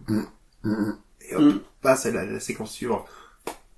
Là, le coup du phare, ouais. Et ben voilà. Ouais, je pense qu'on a fait le tour. Même si on pourrait refaire un autre petit tour. Je pense qu'il y a, en vrai, de tous les films qu'on traite, on pourrait passer 2 heures sur chaque film, mais je pense. Là, on a déjà, ouais, on a lancé des pistes, bravo Bertrand, encore une fois. Ouais. C'était très bien. C'était très bien. Et ben, puis on va enchaîner, du coup, avec notre deuxième film pour cette partie-là. Donc c'est moi qui m'y colle pour le deuxième film, donc du coup je vais être un peu plus causant que sur la première partie, c'est moi qui vais le présenter, logique. Moi j'ai parlé de Drive, un film qui m'a plutôt marqué et qui a marqué pas mal de monde, je pense. Je suis pas le seul à avoir été marqué. On en reviendra assez rapidement. Enfin, on en reviendra dans le truc, mais surtout notre génération. On est comme vous l'avez déjà peut-être entendu dans d'autres épisodes, on n'a pas la même génération, on a 2 groupes différents, et nous, notre génération, là, nous on a 27, 28. 2011, au moment de la sortie du film, c'était vraiment la période où nous, jeunes, c'est le genre de film qui a été un peu coup de poing pour notre génération. Bref, tu vas en parler, c'est un film qui a marqué entre autres nous jeunes débutants cinéphiles. Exactement. Et on l'était pas encore, mais on l'était pas encore, effectivement. Donc au commencement, faut savoir que c'est un film. Oui. Bah oui, c'est bien, bravo. Ah tiens, c'est vrai, ça nickel. Bien, intéressant. C'est un livre écrit par James Salis, qui s'appelle Drive, tout simplement. Okay. Qui a été donc publié en 2005. Et du coup, petite anecdote rigolote, c'est que si Drive vous a laissé sur votre faim, vous pourrez lire la suite parce que il l'a écrite, qui s'appelle Driven, tout simplement. Sorti en 2012, donc suite au film. Au succès du premier, du film, j'imagine. Parce que le bouquin date de quand? Le premier? 2005. Ouais. Pardon, ok. T'as pas été attentif à ce qu'il a dit. Tu vois, il travaille ses notes et tout. Je me servais un verre d'eau. Désolé. C'était une adaptation de film, alors que oui. Bon bref. Ça par contre j'ai suivi ça.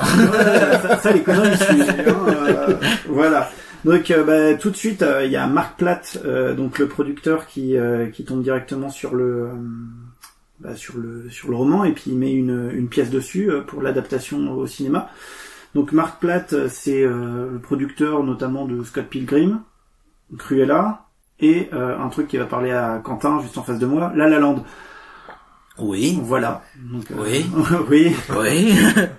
C'est vrai qu'autour de la table, il n'y a que à moi que ça parle vraiment beaucoup. Ah bah moi je l'ai vu La La Land, mais après je suis beaucoup moins enthousiaste que toi. Je l'ai pas vu, mais tu m'as tellement saoulé avec ce film. Poton. Poton. C'est trop bien. Ah si, j'ai découvert avant qu'on soit en coloc. Ah, je t'ai peut-être fait chier à l'époque. Ouais, tu m'as je t'ai peut-être fait un chier. Surtout que je sais que ça va pas trop ton truc. Il y a eu tes fiançailles après avec Emma Stone qu'on foirait, tout ça, tu nous as cassé les pieds, enfin bon. Oui, bon, écoute, on va pas me rappeler les parties sombres de ma vie.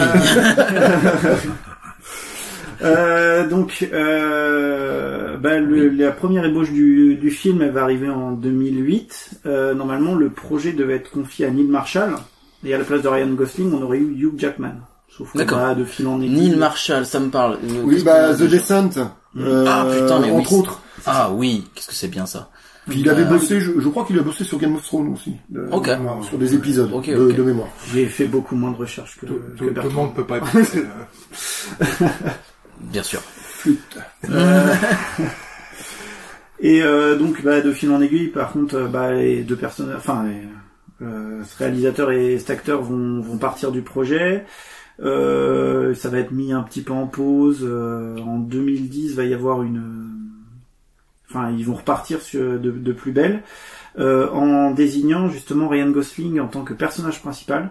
Avant d'avoir un réalisateur, ils disent c'est Ryan Gosling, c'est lui, il faut qu'il porte notre projet. Et c'est même à lui qui va être confié le rôle de choisir le réalisateur. C'est Ryan Gosling qui a choisi Refn, D'accord. Nicolas Winding Refn. Oui, j'attendais ça avec impatience pour savoir comment on le dit. Refn, je sais pas. Nicolas Winding Refn, ouais. D'accord. Il me semble bien en tout cas. Qu'est-ce que tu le dis bien? Je suis pas sûr. Parce que en fait, Ryan Gosling, il avait vachement aimé la trilogie Pusher, et il était totalement amoureux de Bramson. Donc voilà, donc avec Tom Hardy. Qui était donc son premier projet américain, il me semble bien. Que j'ai pas vu. Refn, ouais. Parce que oui, là on est en 2010 du coup. Donc lui, il a fait ses films au Danemark. Oui. À la base, j'ai vu que, alors pas la trilogie Pusher, j'ai vu l'autre. Voilà, là, je sais pas quoi. Non, un film qui parle de location de DVD, cinéma, tout ça. J'ai oublié le nom. C'est un film non court. Bon, si personne l'a vu ici. Bref, ça parlera aux gens qui connaissent. J'ai vu que celui-là. Oui, non, c'était juste pour essayer de recontextualiser. Donc, il a fait ses films danois et après il est parti. Il a juste fait Bronson. C'était Bronson. Ouais. Que j'ai le dernier, qui est le premier film de Tom Hardy, Stock. Je crois. D'accord. Okay. Et donc, c'était son premier projet américain. Ouais. Okay. Personne n'a vu Bronson autour de la table, du coup? Non, je l'ai pas vu. Ok. J'ai vu d'autres films de Refn, mais pas celui-là. Ouais, pareil. Donc, ensuite, va s'enchaîner le casting, qui va être, choisi, lui, par Refn. Ok. Donc, il mettait une pièce, justement, sur le fait de rencontrer tous les acteurs, chez lui. Donc il a rencontré tous les acteurs chez lui, il a pas fait le truc du casting lambda. C'est-à-dire on n'envoie pas une vidéo, donc voilà. Donc il a choisi Carey Mulligan, Bryan Cranston, qui lui n'a même pas besoin de passer chez lui. Cranston quoi. Je suis pas spécialement surpris parce que le type. C'est que Refn est fan de Breaking Bad. Qui voulait ce mec et justement son personnage à Cranston était pas si développé que ça dans l'intrigue et il l'a développé pour avoir Cranston, pour que ça intéresse Cranston. D'accord. Ouais, c'est MP alors pas du tout. Ouais, Cranston. Il a une petite trempe là, c'est pour ça qu'il boite dans le film. Ça va être le podcast des prononciations foireuses. Ryan Cranston. Je crois. Cranston. C'est NST, oui, c'est ça. Cranston. Cranston. Bref, on va faire 2 minutes de gens qui parlent pas très bien anglais, qui vont essayer de prononcer des trucs en anglais, ça va être très très bien.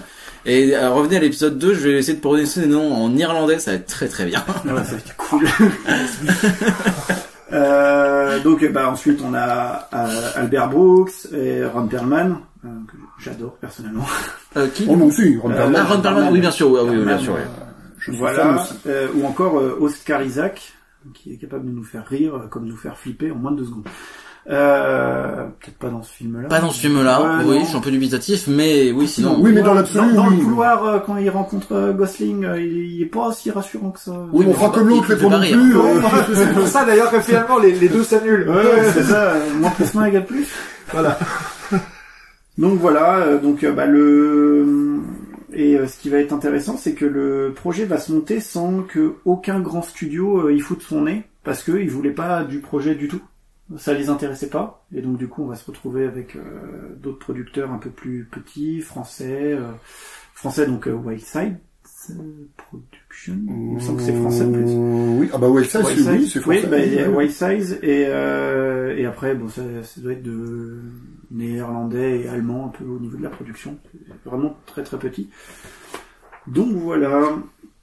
Ça peut être un budget de fou dans l'absolu. Non, on doit être aux alentours de 15 millions, 16 millions. Oui, je te demandais pas la somme, je savais pas si tu l'avais, mais parce que c'est pas un film a priori monstrueux au niveau budget. Enfin, c'est pas l'impression qu'il donne. Même s'il fait pas de cheap, c'est pas. Ça peut rien d'être la grosse artillerie non plus. Je vois le regard de Quentin qui fronce les sourcils. Est-ce que j'ai bien fait mes recherches? Allez-y, meublez les gars, je cherche. D'accord, ça marche. Je vais dire de quoi ça cause. Oui, le pitch. Le fameux pitch. Ah oui, on a dit qu'on prononçait bien. Le pitch. Le synopsis. Donc, on va suivre, un mec, parce qu'on sait pas son prénom. Non, on saura jamais son nom. Dans le film, on l'appelle tout simplement le driver. Encore un truc anglais. Donc, interprété par Ryan Gosling, on sait pas trop son passé. On sait pas trop ce qu'il fait. Enfin, si, on sait ce qu'il fait, mais on sait pas trop ce qu'il fait ici, justement. Donc, on va suivre le personnage de Ryan Gosling, qui est un homme pas super causant, qui, la journée, est à mi-temps mécano et à mi-temps cascadeur, et la nuit, pour arrondir les fins de mois, ou pour... on sait pas trop. On sait même pas trop pourquoi il le fait. Peut-être juste pour l'adrénaline ou quoi. Le background des personnages n'est pas super développé, ça faut reconnaître. On sait pas exactement quelles sont leurs motivations. C'est ça. Ouais, non, ça reste assez obscur. Alors pour le coup, ça fonctionne, mais c'est souvent on dit dans les films, de toute façon les personnages sont pas travaillés et tout. Alors là, je pense pas que ce soit qu'ils soient pas travaillés, c'est que c'est pas dit. C'est pas grave. Voilà, vu l'histoire, c'est pas grave. Non. Et donc du coup, la nuit, il est du coup conducteur pour des braqueurs. D'ailleurs, ça va nous donner une super scène d'intro. Voilà, on y reviendra. De fil en aiguille, il va rencontrer sa voisine, Irène, qui est mère d'un gamin de 10-11 ans, un petit gamin. Un peu moins, je dirais. Mais très important. Un petit gamin. Voilà, et son mari étant en prison et va se retrouver ils vont se retrouver à sortir un peu ensemble, à trénouiller ensemble, sans vraiment que ça soit vraiment consommé entre guillemets. Oui, ça reste a priori assez platonique. De tension quand même, amoureuse. Et du coup, ça va être un petit peu coupé par le retour du mari d'Irène dans la vie d'Irène, parce que il va sortir de prison. Et sauf que bon, il s'est pas fait que des copains en prison, et pour essayer de remplir sa dette. Ouais, auprès des renflouer quelque ouais. chose genre une protection en prison à la base, va se retrouver à faire un dernier braquage, et donc du coup pour protéger Irène et son fils, Ryan Gosling va se mettre dans la boucle et va devenir le conducteur de ce braquage, sauf que problème, c'était le mauvais braquage sur le mauvais mec, et là l'histoire va commencer. Enfin, elle a déjà bien commencé. C'est un pitch bien avancé, oui. C'est un pitch bien avancé, mais après, voilà. Mais disons que c'est le nœud gordien du truc qui se situe là. Heureusement qu'on a dit aux gens de regarder les films avant d'écouter le podcast. Oui, on le redit, on va sûrement spoiler. Alors Drive, un peu plus récent de Garde à vue, mais on va sûrement mettre des spoils. L'avantage, c'est que Drive, il y a plus de chances, je pense. Enfin, ça dépend. Que les gens l'aient vu. Oui, bien sûr. C'est quand même un film plus récent. Non, mais voilà, enfin, on le redit. La précaution est quand même nécessaire. On va spoiler. C'est probable. Ouais, c'est ça. Et donc je reviens. Du coup, Quentin, j'avais bien eu juste 16 millions de budget tout pile, bien joué. Ah oui. Ça va être trop fort. Il prépare bien. Bertrand, tu es un concurrent. Je l'ai pas écrit. J'ai écrit autant de pages que Bertrand, mais en plus gros. Donc j'ai triché. Ah, donc ça compte pas. Donc déjà, pourquoi j'ai choisi ce film ? Parce que moi, il cochait totalement les critères du thème. On parle de je veux pas refaire le truc d'intimiste. Ouais, non, mais vas-y, si, parce que non, mais c'est bien de voir.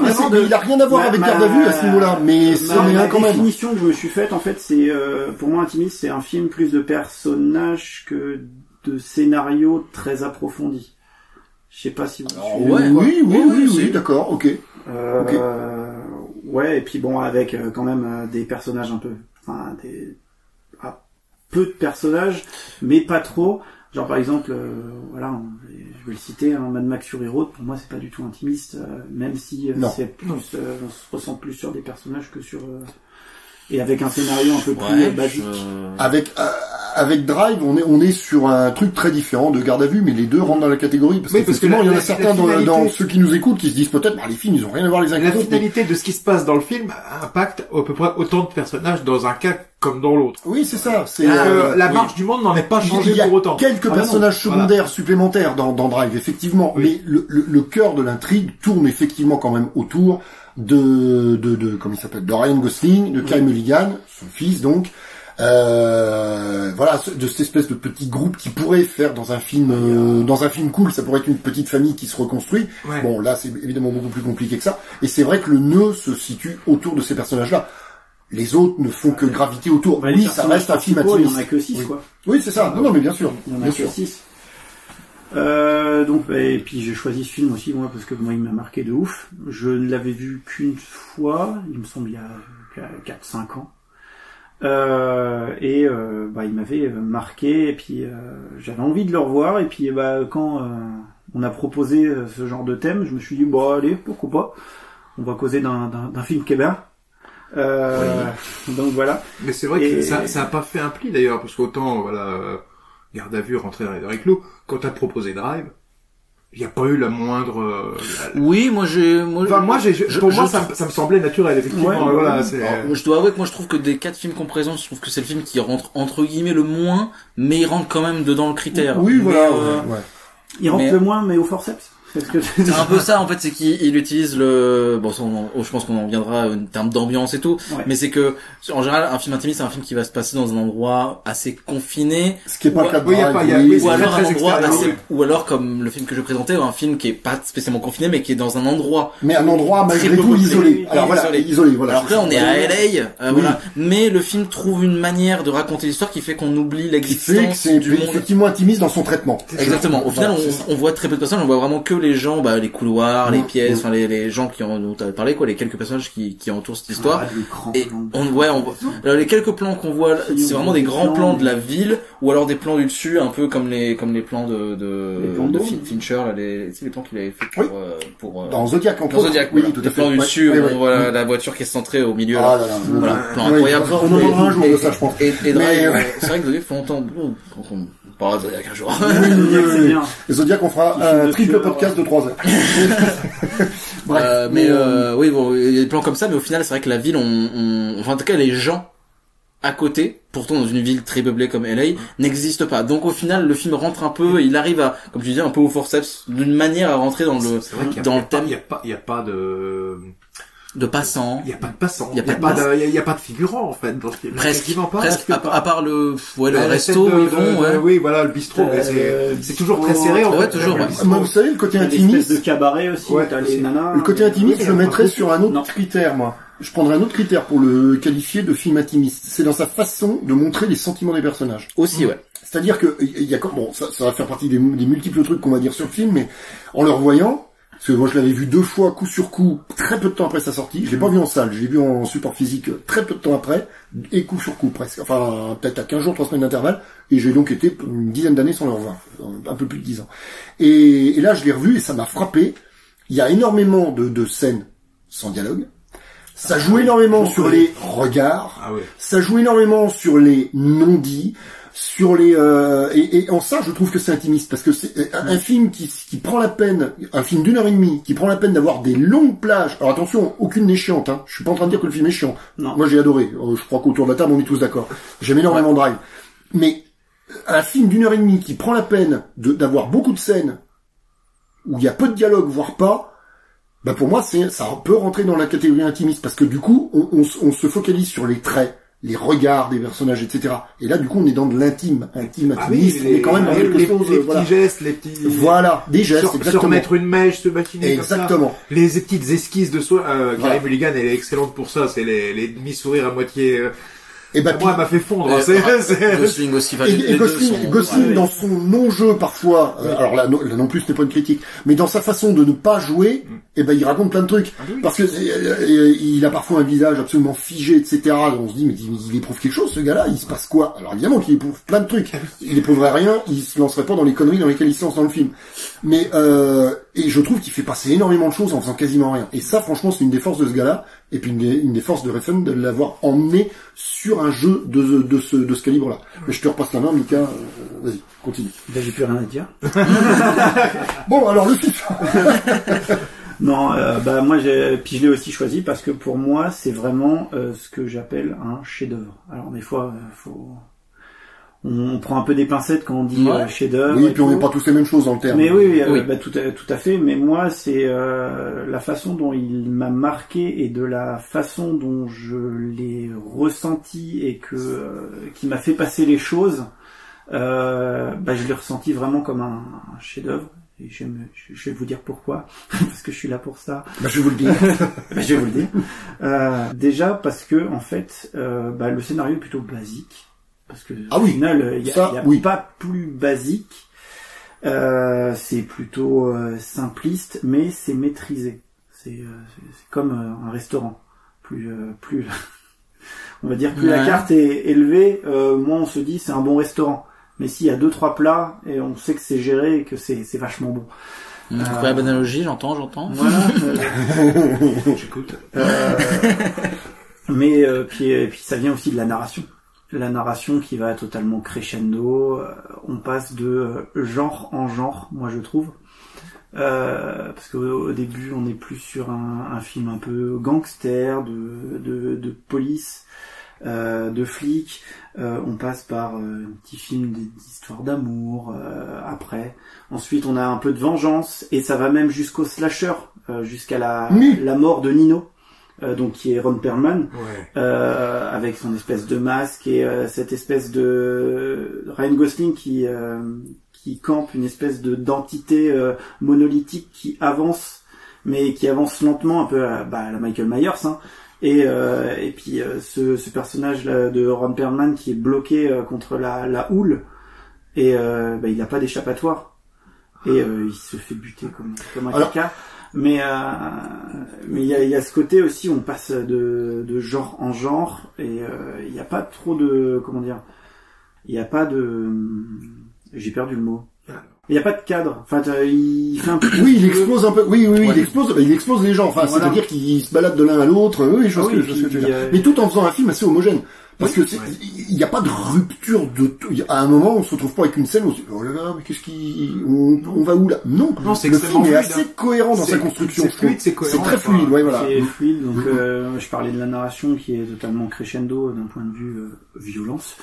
Mais ça, je vais y revenir après. Il y a aussi les interprétations, hein. T'en causais tout à l'heure, David, c'est difficile de faire mieux qu'un casting comme ça, même si je connais beaucoup moins Carey Mulligan que les autres. Ensuite, la mise en scène, Alors, à propos de la mise en scène, moi, je voulais revenir à la scène d'ouverture, parce que je crois que, Bertrand, il trépignait à moitié tout à l'heure. J'ai pas grand chose à dire. La scène d'ouverture. Alors moi, je vais citer un de mes grands chouchous, je sais pas à quel point Refn est fan du bonhomme, se sent des affinités avec ce qu'il fait. Moi, j'ai pensé à Michael Mann. Dans son approche, dans sa façon de manière, ça c'est bien comme phrase, dans sa manière d'appréhender la nuit, voilà. Alors, on peut pas dire qu'esthétiquement il soit dans le créneau de Mann, mais je trouve que dans le rendu de l'ambiance, de l'atmosphère, son sens du suspense, parce qu'il y a une espèce de suspense pendant toute cette séquence dans la bagnole au début. Ah oui. Je trouve qu'on pourrait penser au cinéma de Mann. Alors le cinéma de Collatéral, celui de Heat, les choses comme ça. Il y a un petit quelque chose. Déjà. Ben voilà, oui. La ville de Los Angeles, de toute façon, le cadre est évidemment n'y est pas pour rien. Mais voilà, on pourrait penser à Mann. Et puis alors je voulais, parce que ça après je pense que je vais le zapper. Quand t'as parlé des genres, t'as évoqué le slasher. Oui. Je voudrais quand même rappeler aussi un truc, c'est que Refn, alors je ne sais plus, est-ce qu'il a supervisé la restauration, je ne sais plus exactement, sur la planète des vampires de Mario Bava. Il avait fait un boulot, il intervient dans les bonus, etc. Enfin, on voit cette espèce de grand échalas là qui vient présenter le film dans une salle, je sais plus. Il y a un truc avec Mario Bava qui est le fondateur historiquement du giallo. Or, qu'est-ce que fait Ryan Gosling? Au moins une fois, mais plusieurs fois de mémoire dans le film, il met des gants. Oui. Il enfile des gants. Oui. Il y a un côté un petit peu le tueur fétichiste du giallo qui enfile ses gants, qui prend son arme blanche, qui tue de façon rituelle. Alors t'as évoqué la mort de Perlman sur la plage. Il y a aussi, même si le giallo est plus sous-entendu, et puis de toute façon le giallo parle moins au grand public que le slasher. Mais alors, à quel point c'est conscient de la part de Refn, je ne sais pas. Mais c'est pas un hasard si le gars, on le voit sur des bonus d'un film un peu emblématique de Mario Bava, La planète des vampires, qui n'est au demeurant pas un giallo d'ailleurs, c'est autre chose. Et puis si on retrouve des images un petit peu évocatrices du giallo dans l'un de ses films les plus emblématiques qui est Drive. Voilà. Donc au niveau du genre, effectivement, il brasse très large et probablement même un peu plus que ce qu'on croit. Dans la méthode, je suis pas spécialiste de giallo. La scène de la chambre d'hôtel, finalement, qui est quasiment toute à l'arme blanche, ça renvoie à ça aussi. Oui. Celle de la chambre d'hôtel, elle est au fusil. Non, au début, oui, mais le premier, il a pas d'arme quand le premier maître entre. Oui. Oui. Non, c'est une tringle à rideau. C'est la tringle à rideau. Mais sa mise à mort est très giallesque. Oui. Non, mais je suis d'accord. Pas alors le fusil, non, mais ça fait pas trop de giallo, ça. Non, mais là, on est plutôt dans le polar italien de la même époque, d'ailleurs, des années 70. Mais par contre, effectivement, le coup de la tringle à rideau, puis bon, ça saigne bien, comme dans le giallo, c'est souvent des meurtres assez sanglants, assez rituels. On est dedans. On est à mi-chemin, la violence chez Refn est un peu à mi-chemin entre giallo, slasher, puis bon, une petite touche un peu personnelle qui va développer encore plus dans son suivant, Only God Forgives, ce que je trouve encore plus violent, ce qui est pas peu dire. Voilà. Ouais, puis on parlait par rapport au mélange de genres, je trouve aussi que le film il t'emmène un peu où il veut, et ça j'aime bien, c'est-à-dire que quand on le voit pour la première fois, on sait pas trop où est-ce qu'on va aller. Parce qu'effectivement il y a du coup ce début très gangster, donc on se dit ok, on est sur un gars qui s'occupe de casse, tout ça. Après on découvre son quotidien et on se doute que le mélange de sa vie de l'ombre et sa vie du présent vont s'exposer, mais en fait on le retrouve pas trop au début, en tout cas dans sa vie du passé. On voit vraiment sa vie du présent, sa rencontre avec sa voisine. Et il y a toute cette histoire avec les courses, avec la scène de voiture là, où du coup on se dit mais le film s'appelle Drive, donc peut-être qu'en fait on va partir sur un mélange entre un côté un peu polar, parce que le personnage il a un côté sombre il a fait des conneries, il bosse un peu dans le grand banditisme, choses comme ça, et ça va s'associer avec son peut-être avenir dans la course et tout, et en fait pas du tout. Non. En fait pas du tout. Du coup le film va un peu partout. Il t'envoie ailleurs, parce que rien que sur la scène d'intro, On a la scène d'intro, ensuite on a le générique avec la fameuse musique de Kavinsky, qui est trop bien. Oui. Et ensuite, on retrouve Ryan Gosling habillé en flic. Et on sait pas. On sait pas. Oui, c'est vrai. Oui, exact. Oui, et là, on arrive et bon, alors tu vas me faire une cascade. Ah, donc, du coup, il est cascadeur. Il est pas flic. Mais, du coup, on fait un petit peu ça. Et même quand il arrive à la pizzeria de Nino, pour, justement, le buter, et ben, il met son masque, il arrive, et là, on s'attend à avoir une putain de scène de boucherie, parce que, avec ce qu'on s'est bouffé juste avant, on s'y attend. Et non, on fait nada. Il va aller le pousser avec sa voiture. En fait, il te mène par le bout du nez, mais comme il veut. Ouais, puis ça reflète vachement le personnage, de toute façon, de Ryan Gosling, qui a l'air d'être un peu paumé dans la vie, et qui a comme seule référence, déjà son travail. Ça fait 6 ans qu'il bosse avec, le gars qui l'a recruté là-bas dans le garage, là. Et du coup, sa voisine qu'il vient rencontrer, qui, du coup, il le dit même, c'est la meilleure chose qui lui est arrivée de sa vie, il le dit vers la fin du film.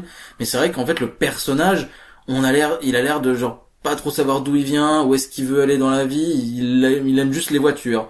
Donc le film s'appelle Drive.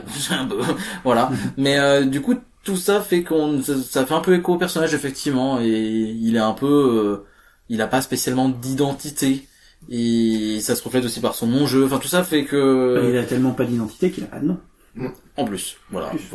Non mais. Et du coup au niveau d'un point de vue mise en scène aussi, parce que c'est pas un film qui est très très causant non plus. Mais tous les procédés sont bons pour faire passer quoi que ce soit une ombre, un reflet, ou même par la musique, même les regards, comme tu le disais, David. Et aussi, moi je l'ai ressenti, c'est par des petits éléments dans le décor. C'est par exemple quand il rentre dans l'appartement d'Irène et qu'il passe des bons moments avec Irène et son fils. Il y a toujours cette espèce de présence du mari avec les photos, les photos avec Oscar Isaac, donc qui fait le mari, donc qui fait Standard Gabriel. Et mais en fait tout passe par quasiment le non-dialogue. Tout passe par l'image. Les dialogues on dit pas tant que ça en plus quand il y en a. Non mais c'est vrai, ouais. Après quand il y en a, ils sont quand même assez impactants. Ah oui, puis il y en a qui font avancer le schmilblick du côté parfois des mauvais avec Albert Brooks, etc. Mais c'est quasiment un film qu'on pourrait écouter sans les dialogues. Presque. Je dis pas. Tout c'est peut-être pas hyper compréhensible, mais pas un film muet parce que la musique raconte. Non, parce que par exemple, la musique raconte pas mal. Oui, la musique raconte bien. Mais tu prends la scène où Oscar Isaac et essaye d'expliquer leur première rencontre avec Irène, machin. C'est inintéressant au possible. Elle est gênée comme c'est pas permis. Oui. Et en fait, t'aurais pas de dialogue à ce moment-là, tu verrais juste les types, c'est comme ça. Avec les expressions qu'ils ont, tu comprends la gênance du truc. C'est quand même bien joué. C'est vrai, c'est une espèce de...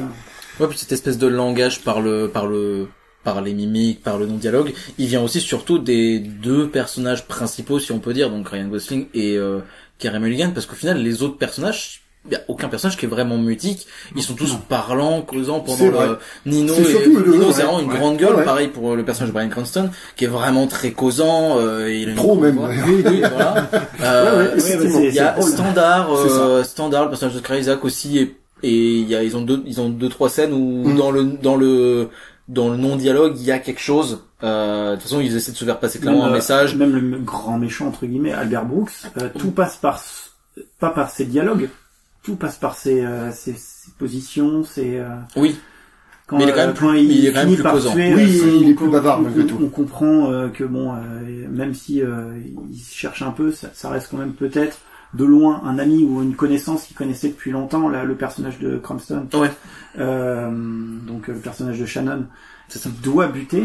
Il y a eu une espèce quand il le tue, il le rassure, et il y a cette scène après où il va laver son rasoir, le reposer bien comme il faut, s'asseoir avec un whisky, et on sent qu'il est déprimé de le faire. C'est un truc, il en a été obligé. Il est au bout du truc, et même dans la fin, et dans l'espèce de assassinat de Gosling, c'est pas un truc qui lui fait plaisir, quoi. C'est son associé, donc Nino, qui l'a foutu dedans, et en fait il se sent obligé de le faire pour pouvoir bien vivre, enfin continuer de vivre. Mais Mais ouais, non, vraiment le non-dialogue dans ce film, moi, on pourrait mettre mute et on comprendrait tout. Et c'est là où c'est super fort d'un point de vue réalisation, quoi.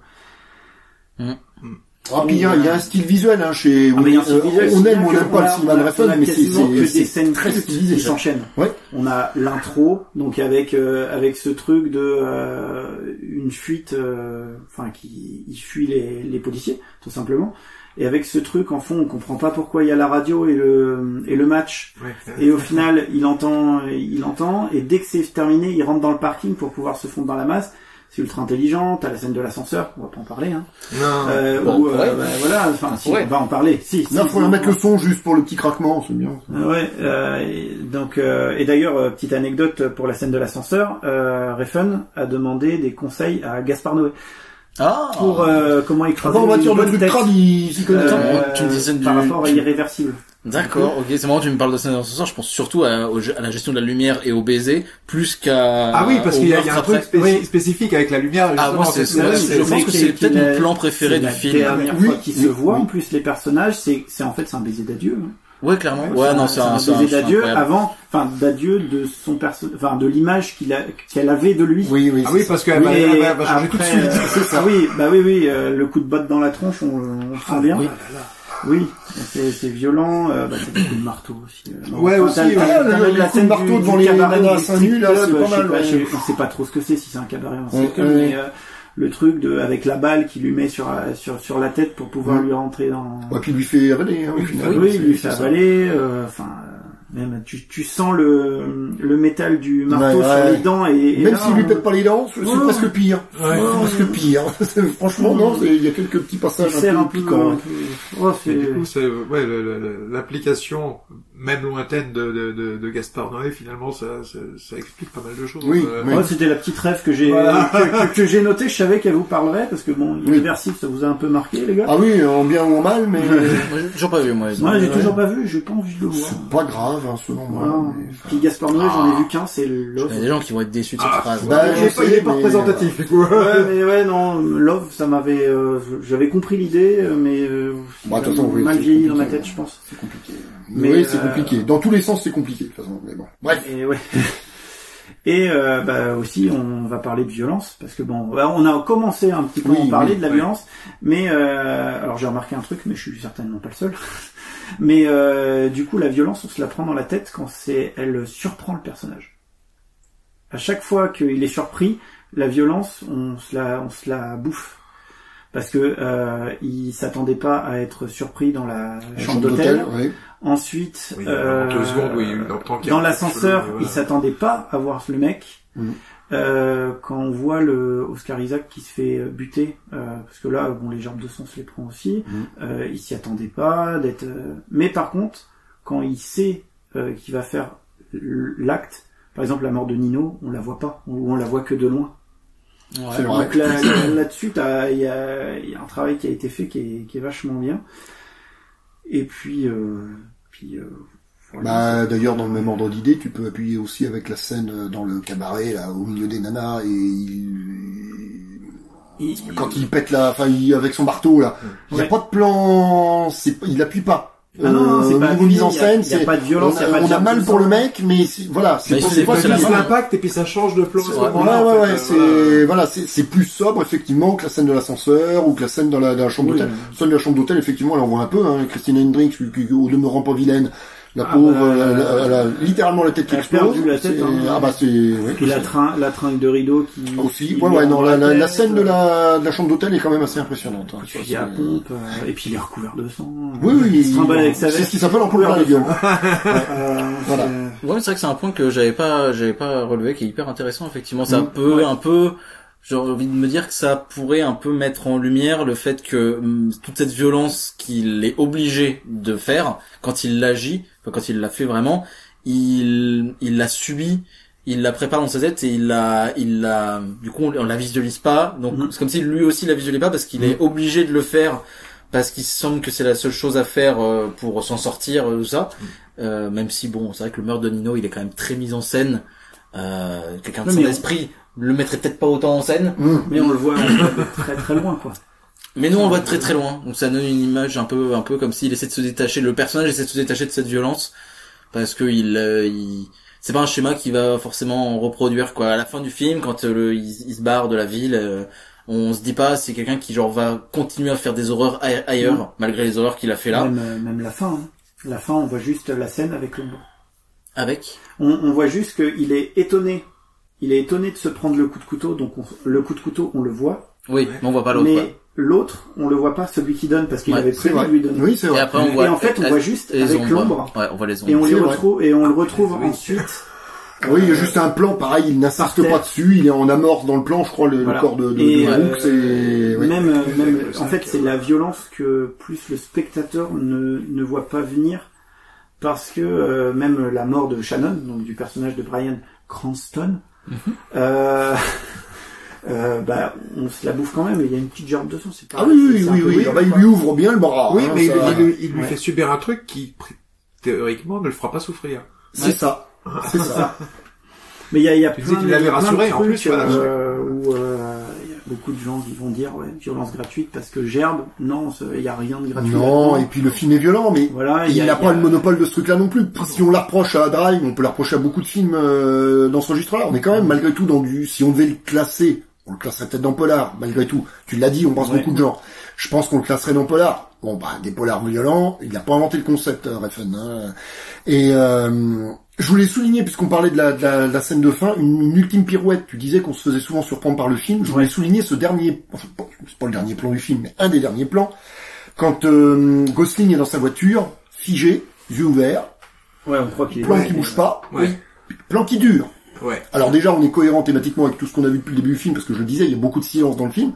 Bon, là, d'autant plus de silence qu'on se dit, merde, mais il est mort. Il est dans sa voiture, il est mort au volant de sa voiture. Enfin, la voiture est arrêtée, il s'est arrêté. Ouais, la première fois, tu t'attends à ce que le générique arrive et que c'est exactement. terminé. Et le plan dure, et puis au bout d'un moment, il cligne des yeux. Voilà. Donc, ultime petite pirouette, surprise, scénaristique, où en fait, non, ce que je vous ai montré, c'est pas la réalité. Non, il est bel et bien vivant, c'est juste comme il a mis du temps à cligner des yeux. Alors, il met beaucoup de temps. Donc là, il y a un côté, évidemment, où on joue avec le spectateur, avec l'attente du spectateur. On est dans de la mise en scène, mais ça rejoint un petit peu ce que tu disais tout à l'heure, le côté surprise, un peu chose-trappe du scénario. Bah ouais. Il y a un truc, Quentin on dirait que j'avais un truc à dire vu que je me suis réclamé. C'est le hasard, hein. Mais si quand même, il y a 2 points que j'aimerais souligner vite fait. C'est vrai qu'on n'a pas beaucoup parlé de la musique. Parce que, alors, elle est très bien. Emblématique. Mais surtout, on l'a entendu et elle a été martelée, ouais. Faut quand même rappeler aussi que le film en lui-même, alors, je suis pas un grand connaisseur de musique, mais pour avoir été quand même un petit peu bercé dans mon adolescence post période Drive et tout par un peu d'électro et entre autres le genre de la synthwave, donc un genre qui reprend les codes des années 80 et les modernise en électro. Elle a quand même été un peu ramené par le film. C'est pas que le film qui a fait ça, mais le film rapporte un peu cette espèce de mouvance musicale et elle a été le film c'est vraiment un emblème. De toute façon aussi l'ambiance visuelle du film totalement. Aussi fait penser très années 80 avec ce côté néon, les écritures là en rose là même la veste de Gosling. Ouais, voilà, il y a vraiment tout plein d'icônes comme ça qui le film reprend des images des années 80 un peu de ce genre-là et en recrée de nouvelles icônes qui vont marquer la musique quoi. Donc le film c'est quand même intéressant de souligner que les musiques. Oui, quasiment tous un Cliff Martinez français. Il me semble bien, évidemment Kavinsky. Voilà. Du coup, presque une pierre angulaire de la synthwave, même s'il a pas vraiment fait que de la synthwave, mais il a apporté une patte qui genre va vraiment changer le monde de la musique électro, en tout cas une branche. Et le film est vraiment une espèce de porte-parole pas forcément porte-parole, c'est pas forcément le bon terme, mais bon, vous avez compris. Une belle vitrine. Ouais, voilà, plus une belle vitrine d'un genre qui va exploser quelques années après, avec, entre autres, surtout des artistes français, ça rappelons-le, Carpenter Boyd, des gens comme ça. Bref, donc ouais, déjà musique incroyable. En plus, quasiment que des musiques avec des paroles, ce qui est pas forcément quelque chose de commun dans le cinéma. 2 ou 3, ouais.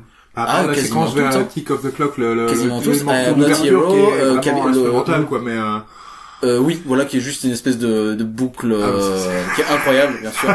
C'est tellement bien. Mais bon, le morceau de Kavinsky, le morceau de Cliff Martinez, I'm Not the Hero. Enfin, il y a plusieurs morceaux comme ça. Il y a quasiment que des morceaux où ça chante. Il y a le morceau où justement tu parlais de la scène où il s'approche du c'est pas le resto chinois, c'est le truc où il va la pizzeria Valenino. Là, il y a une musique qui chante beaucoup. Bon bref, voilà, c'est une BO assez intéressante de ce côté-là. Pas orthodoxe, en tout cas, oui. Oui, ouais, voilà, ça peut rebuter, hein. Je connais des gens qui ont vraiment détesté le film, mais le film fait quand même plutôt consensus, ce qui me permet d'arriver à mon deuxième point que je trouve c'est intéressant, c'est que je trouve que ce film est une espèce de petit miracle quand même, parce que c'est un film de Refn. Et qu'il fait consensus, quand même. Il fait un bon consensus, globalement. Il y a des gens qui l'aiment moins, mais il fait quand même plutôt consensus. Alors, quand je dis miracle, ça reste, parce que Refn est un bon metteur en scène et tout, mais on est quand même dans un film il a eu la palme, hein, il me semble. Il a eu la palme avec ce film. D'accord. De la mise en scène. Ok, d'accord. Bah, oui, tout à fait, oui. Il a eu la palme de la mise en scène. C'est vrai. Oui, à Cannes. Ok, bah, ouais. Voilà, en plus, quoi. Enfin, prix de la mise en scène, parce que du coup, palme, c'est Palme d'Or, mais prix de la mise en scène. Oui, et puis il est connu, justement, à Cannes, d'avoir fait une petite interview en mode un petit peu prétentieuse. C'est la réputation qu'il a. C'est pas qu'une réputation. De pas se sentir pissé, oui, ça c'est un peu. Après, du moment moi qui me pond des trucs comme Drive, ça me va. Alors c'est un gars que j'aime bien, qui est intéressant, qui est un gars qui est important dans le monde du cinéma, enfin important, qui a apporté quelque chose qui genre. Je pense que c'est un cinéphile. Je pense que on disait tout à l'heure à travers les choses qu'il défend. Voilà. Mais oui, bien sûr. Il a fait un film qui va durer. Le film, il a plus de 10 ans, il a 15, non. Bah, il est 2011, il a 13 ans. Ouais, il a 13 ans, il vieillit pas non. Non, du tout. Oh, ça restera un des films un petit peu emblématiques, je pense, de la décennie 2010, ça c'est sûr. Ça, mais du coup, pour avoir vu 2-3 autres films, alors j'ai vu, Valhalla Rising, guerrier, oui, ça doit être ça, oui. Et, le guerrier silencieux, je crois, soit aussi de mémoire. Et Neon Demon. Neon Demon, ouais, j'ai eu beaucoup de mal, moi. Beaucoup de mal. Alors moi, j'ai adoré Neon Demon, mais bon, c'est une question de, mais en tout cas, c'est avec Cara Delevingne, ça? Je crois bien, oui, je crois que c'est ça. Oui. Attends, non, c'est une Fanning. Oui, c'est ça. Je cherchais le nom de famille. Elle est Fanning. Je crois que c'est la plus âgée. C'est pas Dakota. Non, c'est la plus. Elle Fanning, je crois bien. Bref. Pour le coup, extrêmement référentiel. Là, on parlait de cinéma de genre. Là, il y va à fond. Ouais, je sais que la fin je l'ai vu une fois il y a très longtemps. Mais en tout cas, il y a une espèce de magie qui se dégage de ce film, que ce soit dans l'ambiance, dans le manque de dialogue, tout ça. Il y a un truc qui fonctionne, que j'arriverai pas forcément trop à expliquer, mais enfin, si, grâce à tout ce que tu viens de dire quand même déjà. Quoi? Mais voilà, on commence. Ta première page, on était où? Non, c'est pas ça, mais c'est que pour avoir vu d'autres films du réalisateur, c'est ses codes, quoi. Et pourtant, ces autres films sont beaucoup moins fédérateurs. Il y a un truc avec Drive, parce que le film a marqué et que je pense que il faudrait vraiment qu'il fasse quelque chose de très impressionnant pour réussir à faire un film qui détrônera l'importance que ce film a dans sa filmographie, voire même dans le monde du cinéma. Alors, je suis assez d'accord avec toi pour dire qu'on peut le considérer comme un chef-d'œuvre. C'est en tout cas d'un très grand film et surtout d'un film qui a marqué. Je parlais de la musique, mais je parle aussi de notre génération. Génération des gens entre 25, 30 ans, 35, quelque chose comme ça. C'est vraiment un film qui est sorti à un moment où plein de gens ont commencé à découvrir le cinéma et du coup on a eu de la chance, on a eu Drive, Mad Max Fury Road, on a eu ouais puis même moi je le classerais plus dans des films un peu plus anciens, on va dire des films d'entrée de cinéphilie un peu comme ont pu l'être Fight Club ou des même un peu le cinéma de Tarantino et tout, un peu c'est des films que quand on est en 2013, 2014, 2015, t'as 18 ans, t'as envie de t'intéresser au cinéma, ça fait partie des premiers noms qui vont venir, ça va faire partie des premières claques que tu vas te prendre, et du coup ça va te marquer. Moi en tout cas ça fait partie des premières claques que j'ai pris, parmi les premiers films qui m'ont beaucoup marqué, quoi. Moi de même. Voilà. Après Jurassic Park, je l'ai dit. Très bien. Un jour on parlera peut-être de Jurassic Park si tu veux. Oui, on va. Mais voilà, je trouve ça fascinant, je trouve que ça se ressent, en tout cas moi qui aime bien regarder un film aussi par le prisme de l'aura qu'il peut avoir dans l'histoire de l'art du cinéma. En revoyant Drive hier, vraiment j'étais là, il y a un truc qui se dégage de ce film, ça sent que il a marqué des gens, il va marquer des gens, il y a une espèce de truc qui, je pense, il aurait du mal à réitérer Refn à l'avenir et qui est un peu miraculeux, peut-être pas parce que ça reste un très bon metteur en scène, mais par rapport à son style de cinéma qui est vraiment très présent, je trouve que c'est... Après c'est un cinéaste surprenant, donc je serais pas étonné qui nous assène un truc auquel on s'attend pas, qui fasse le buzz. Tout est possible avec un gars comme ça. Il a pas une carrière quand même très linéaire, très... On sait jamais. C'est pour ça qu'il est discret en plus, il me semble bien. Oui, il a fait sa série. Il travaille pas un peu pour la télé, oui. Il avait fait une série, quelque chose que j'ai pas regardé. que je sais plus ce que j'ai entendu, bien, pas bien. Moi, le truc le plus récent que j'avais vu, c'était Neon Demon en salle. Ça fait déjà quelques années. Je crois bien que c'est son dernier film, hein, non? Je suis pas sûr qu'il en ait fait d'autres. Je crois pas que c'est je crois que c'est son dernier film, donc 2016, je crois de mémoire. Ça doit être quelque chose comme ça. 2016-2017, ouais. Donc, ouais. Non, je suis pas sûr, effectivement. En tout cas, voilà, Drive, bonne porte d'entrée dans la carrière de Refn, et évidemment, film un peu emblématique de la décennie 2010, je pense. Et film, incontournable, je pense, on est à peu près tous d'accord autour de la table. Et du coup, il y aura peut-être des aficionados qui seront peut-être un peu déçus, mais du coup, autour de la table, aucun de nous, à part moi, donc j'ai vu un de ces films de la période danoise.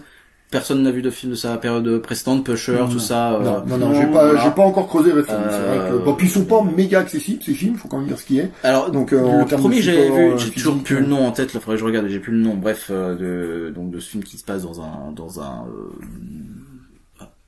si tu veux bien regarder, je sais plus. Bref, là où les gens louent des DVD. Et voilà, dans les années... Vidéoclub. Dans un vidéoclub, merci, dans les années 90. Sur le film des années 90. J'ai plus le nom. Nous, on n'était pas nés, donc... Voilà. Donc, il y a celui-là et la trilogie des Pushers qui sont vraiment des classiques. Donc, voilà. Nous, on est un peu incultes de ce côté-là, on les a pas regardés, mais on a vu Drive, c'était vachement bien. Voilà, c'est ça. juste pour rappeler que, voilà, le gars ne se contente pas juste d'être Drive. On est sûr quand même qu'il a une autre carrière à côté de ça. Est-ce qu'on va avoir le titre avant la fin? On est sur la fin, là. Voilà. Oui, parce que là, mine de rien, les enfants, on a dépassé 1h30. Comment? Bleeder, merci. Voilà, qui était très bien. Voilà, très très bien. Je vous avoue, j'ai plus vraiment le scénario en tête, mais il y a un vidéoclub et il y a des trucs un peu, il y a un peu de sang en des moments, hein, voilà. Bref, il aime bien ce genre de truc. Voilà. Bon, voilà, on a fini notre première partie. Je crois bien. Oui. Ouais. Moi, j'ai dit tout ce que j'avais à dire. J'espère que je vous ai donné envie de le voir ou revoir ou revoir. Si en général, je pense que la grande majorité des gens ont vu le film, donc c'est plutôt revoir. Oui. Ou en tout cas, on a appris quelques petites choses et rien que pour le premier regard de Carey Mulligan quand on la voit la première fois, rien que pour ça, je le reverrai de toute façon. Oui, c'est vrai. Mais c'est vrai que j'ai envie de dire dans un autre podcast, Bertrand vous racontera ses fiançailles ratées avec Carey Mulligan, avec Quentin et Emma Stone. Mais c'est vrai qu'en plus, finalement, on s'est arrêté sur la mise en scène un petit peu, mais ouais, non, il y a tellement de plans, bref, il y a des trucs que j'aurais pu il y a tellement de choses à dire qu'on peut passer encore un bon quart d'heure. Voilà, je l'ai pas si je l'ai dit assez bien, mais c'est vrai que tout à l'heure, en le revoyant hier, il y a beaucoup de plans qui m'ont beaucoup marqué dans le film, et entre autres, la scène de l'ascenseur, la composition, il y a des coups de génie dans sa mise en scène quand même, qui sont assez folles. Et dès que l'éclairage change, la sorcière devient gigantesque. Ouais, voilà. Et ça, d'un coup, alors que le décor est le même, hein. Et le film est souvent calme, même au ralenti. Il passe derrière. Le moment où son bras se met, où il se met pour la protéger parce qu'il a compris le danger. Voilà. Donc il la protège, il l'embrasse pendant toute une partie du baiser, on la voit plus parce qu'il se met en opposition à l'adversaire jusqu'à la fin où là on les revoit tous les deux, donc on voit leurs regards s'échanger. Et puis après l'adieu. Voilà, puis après la lumière redevient normale. Et le réel reprend le dessus. Voilà. Et c'est incroyable. Dans la gueule. Donc on est vraiment sur de l'esthétisation. Et, c'est complètement ça. C'est outrancier comme c'est pas permis en plus. Et ça peut rebuter de fou. Et c'est pour ça que je trouve que ce film est fascinant de réussite, de consensus. Mais en ça, alors je vais citer un autre nom, moi, d'un gars que j'aime énormément.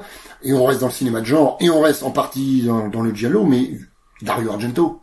Combien de fois Dario Argento a mis en scène des séquences de façon totalement surréaliste, exagérée, suréclairée, extrêmement travaillée dans les clairs-obscurs, etc. Enfin, c'est un cinéaste de la couleur et voilà. Refn, c'est ce qu'il fait dans Drive. Et là encore, on ne peut pas imaginer alors évidemment qu'il connaît le cinéma d'Argento, on ne peut pas imaginer qu'il ait tourné Drive sans jamais penser à aucun moment au nom d'Argento et à ses films. Voilà, c'est sûr et certain. Ah, je l'ai placé, je suis content. Voilà. Chacun ses marottes, hein. Voilà. Bon, à un moment, faut qu'on, parce que... Faut qu'on boucle là. Bah ouais, parce qu'on va rendre l'antenne. Voilà. Donc, pour cet épisode-là, c'est terminé. En tout cas, pour cette première partie de ce diptyque, lié au film intimiste. Nous, on va enchaîner effectivement avec le deuxième. Donc, nous, on vous laisse là et on vous souhaite une bonne fin de journée. Peu Moi, je vous fais des bisous. Voilà. Et continuez à suivre, si ce qu'on raconte vous plaît, continuez à suivre. Il y aura d'autres épisodes à venir, c'est promis. Voilà. Bah écoutez, bonne journée à tous. Et bisous. Et bisous à la prochaine.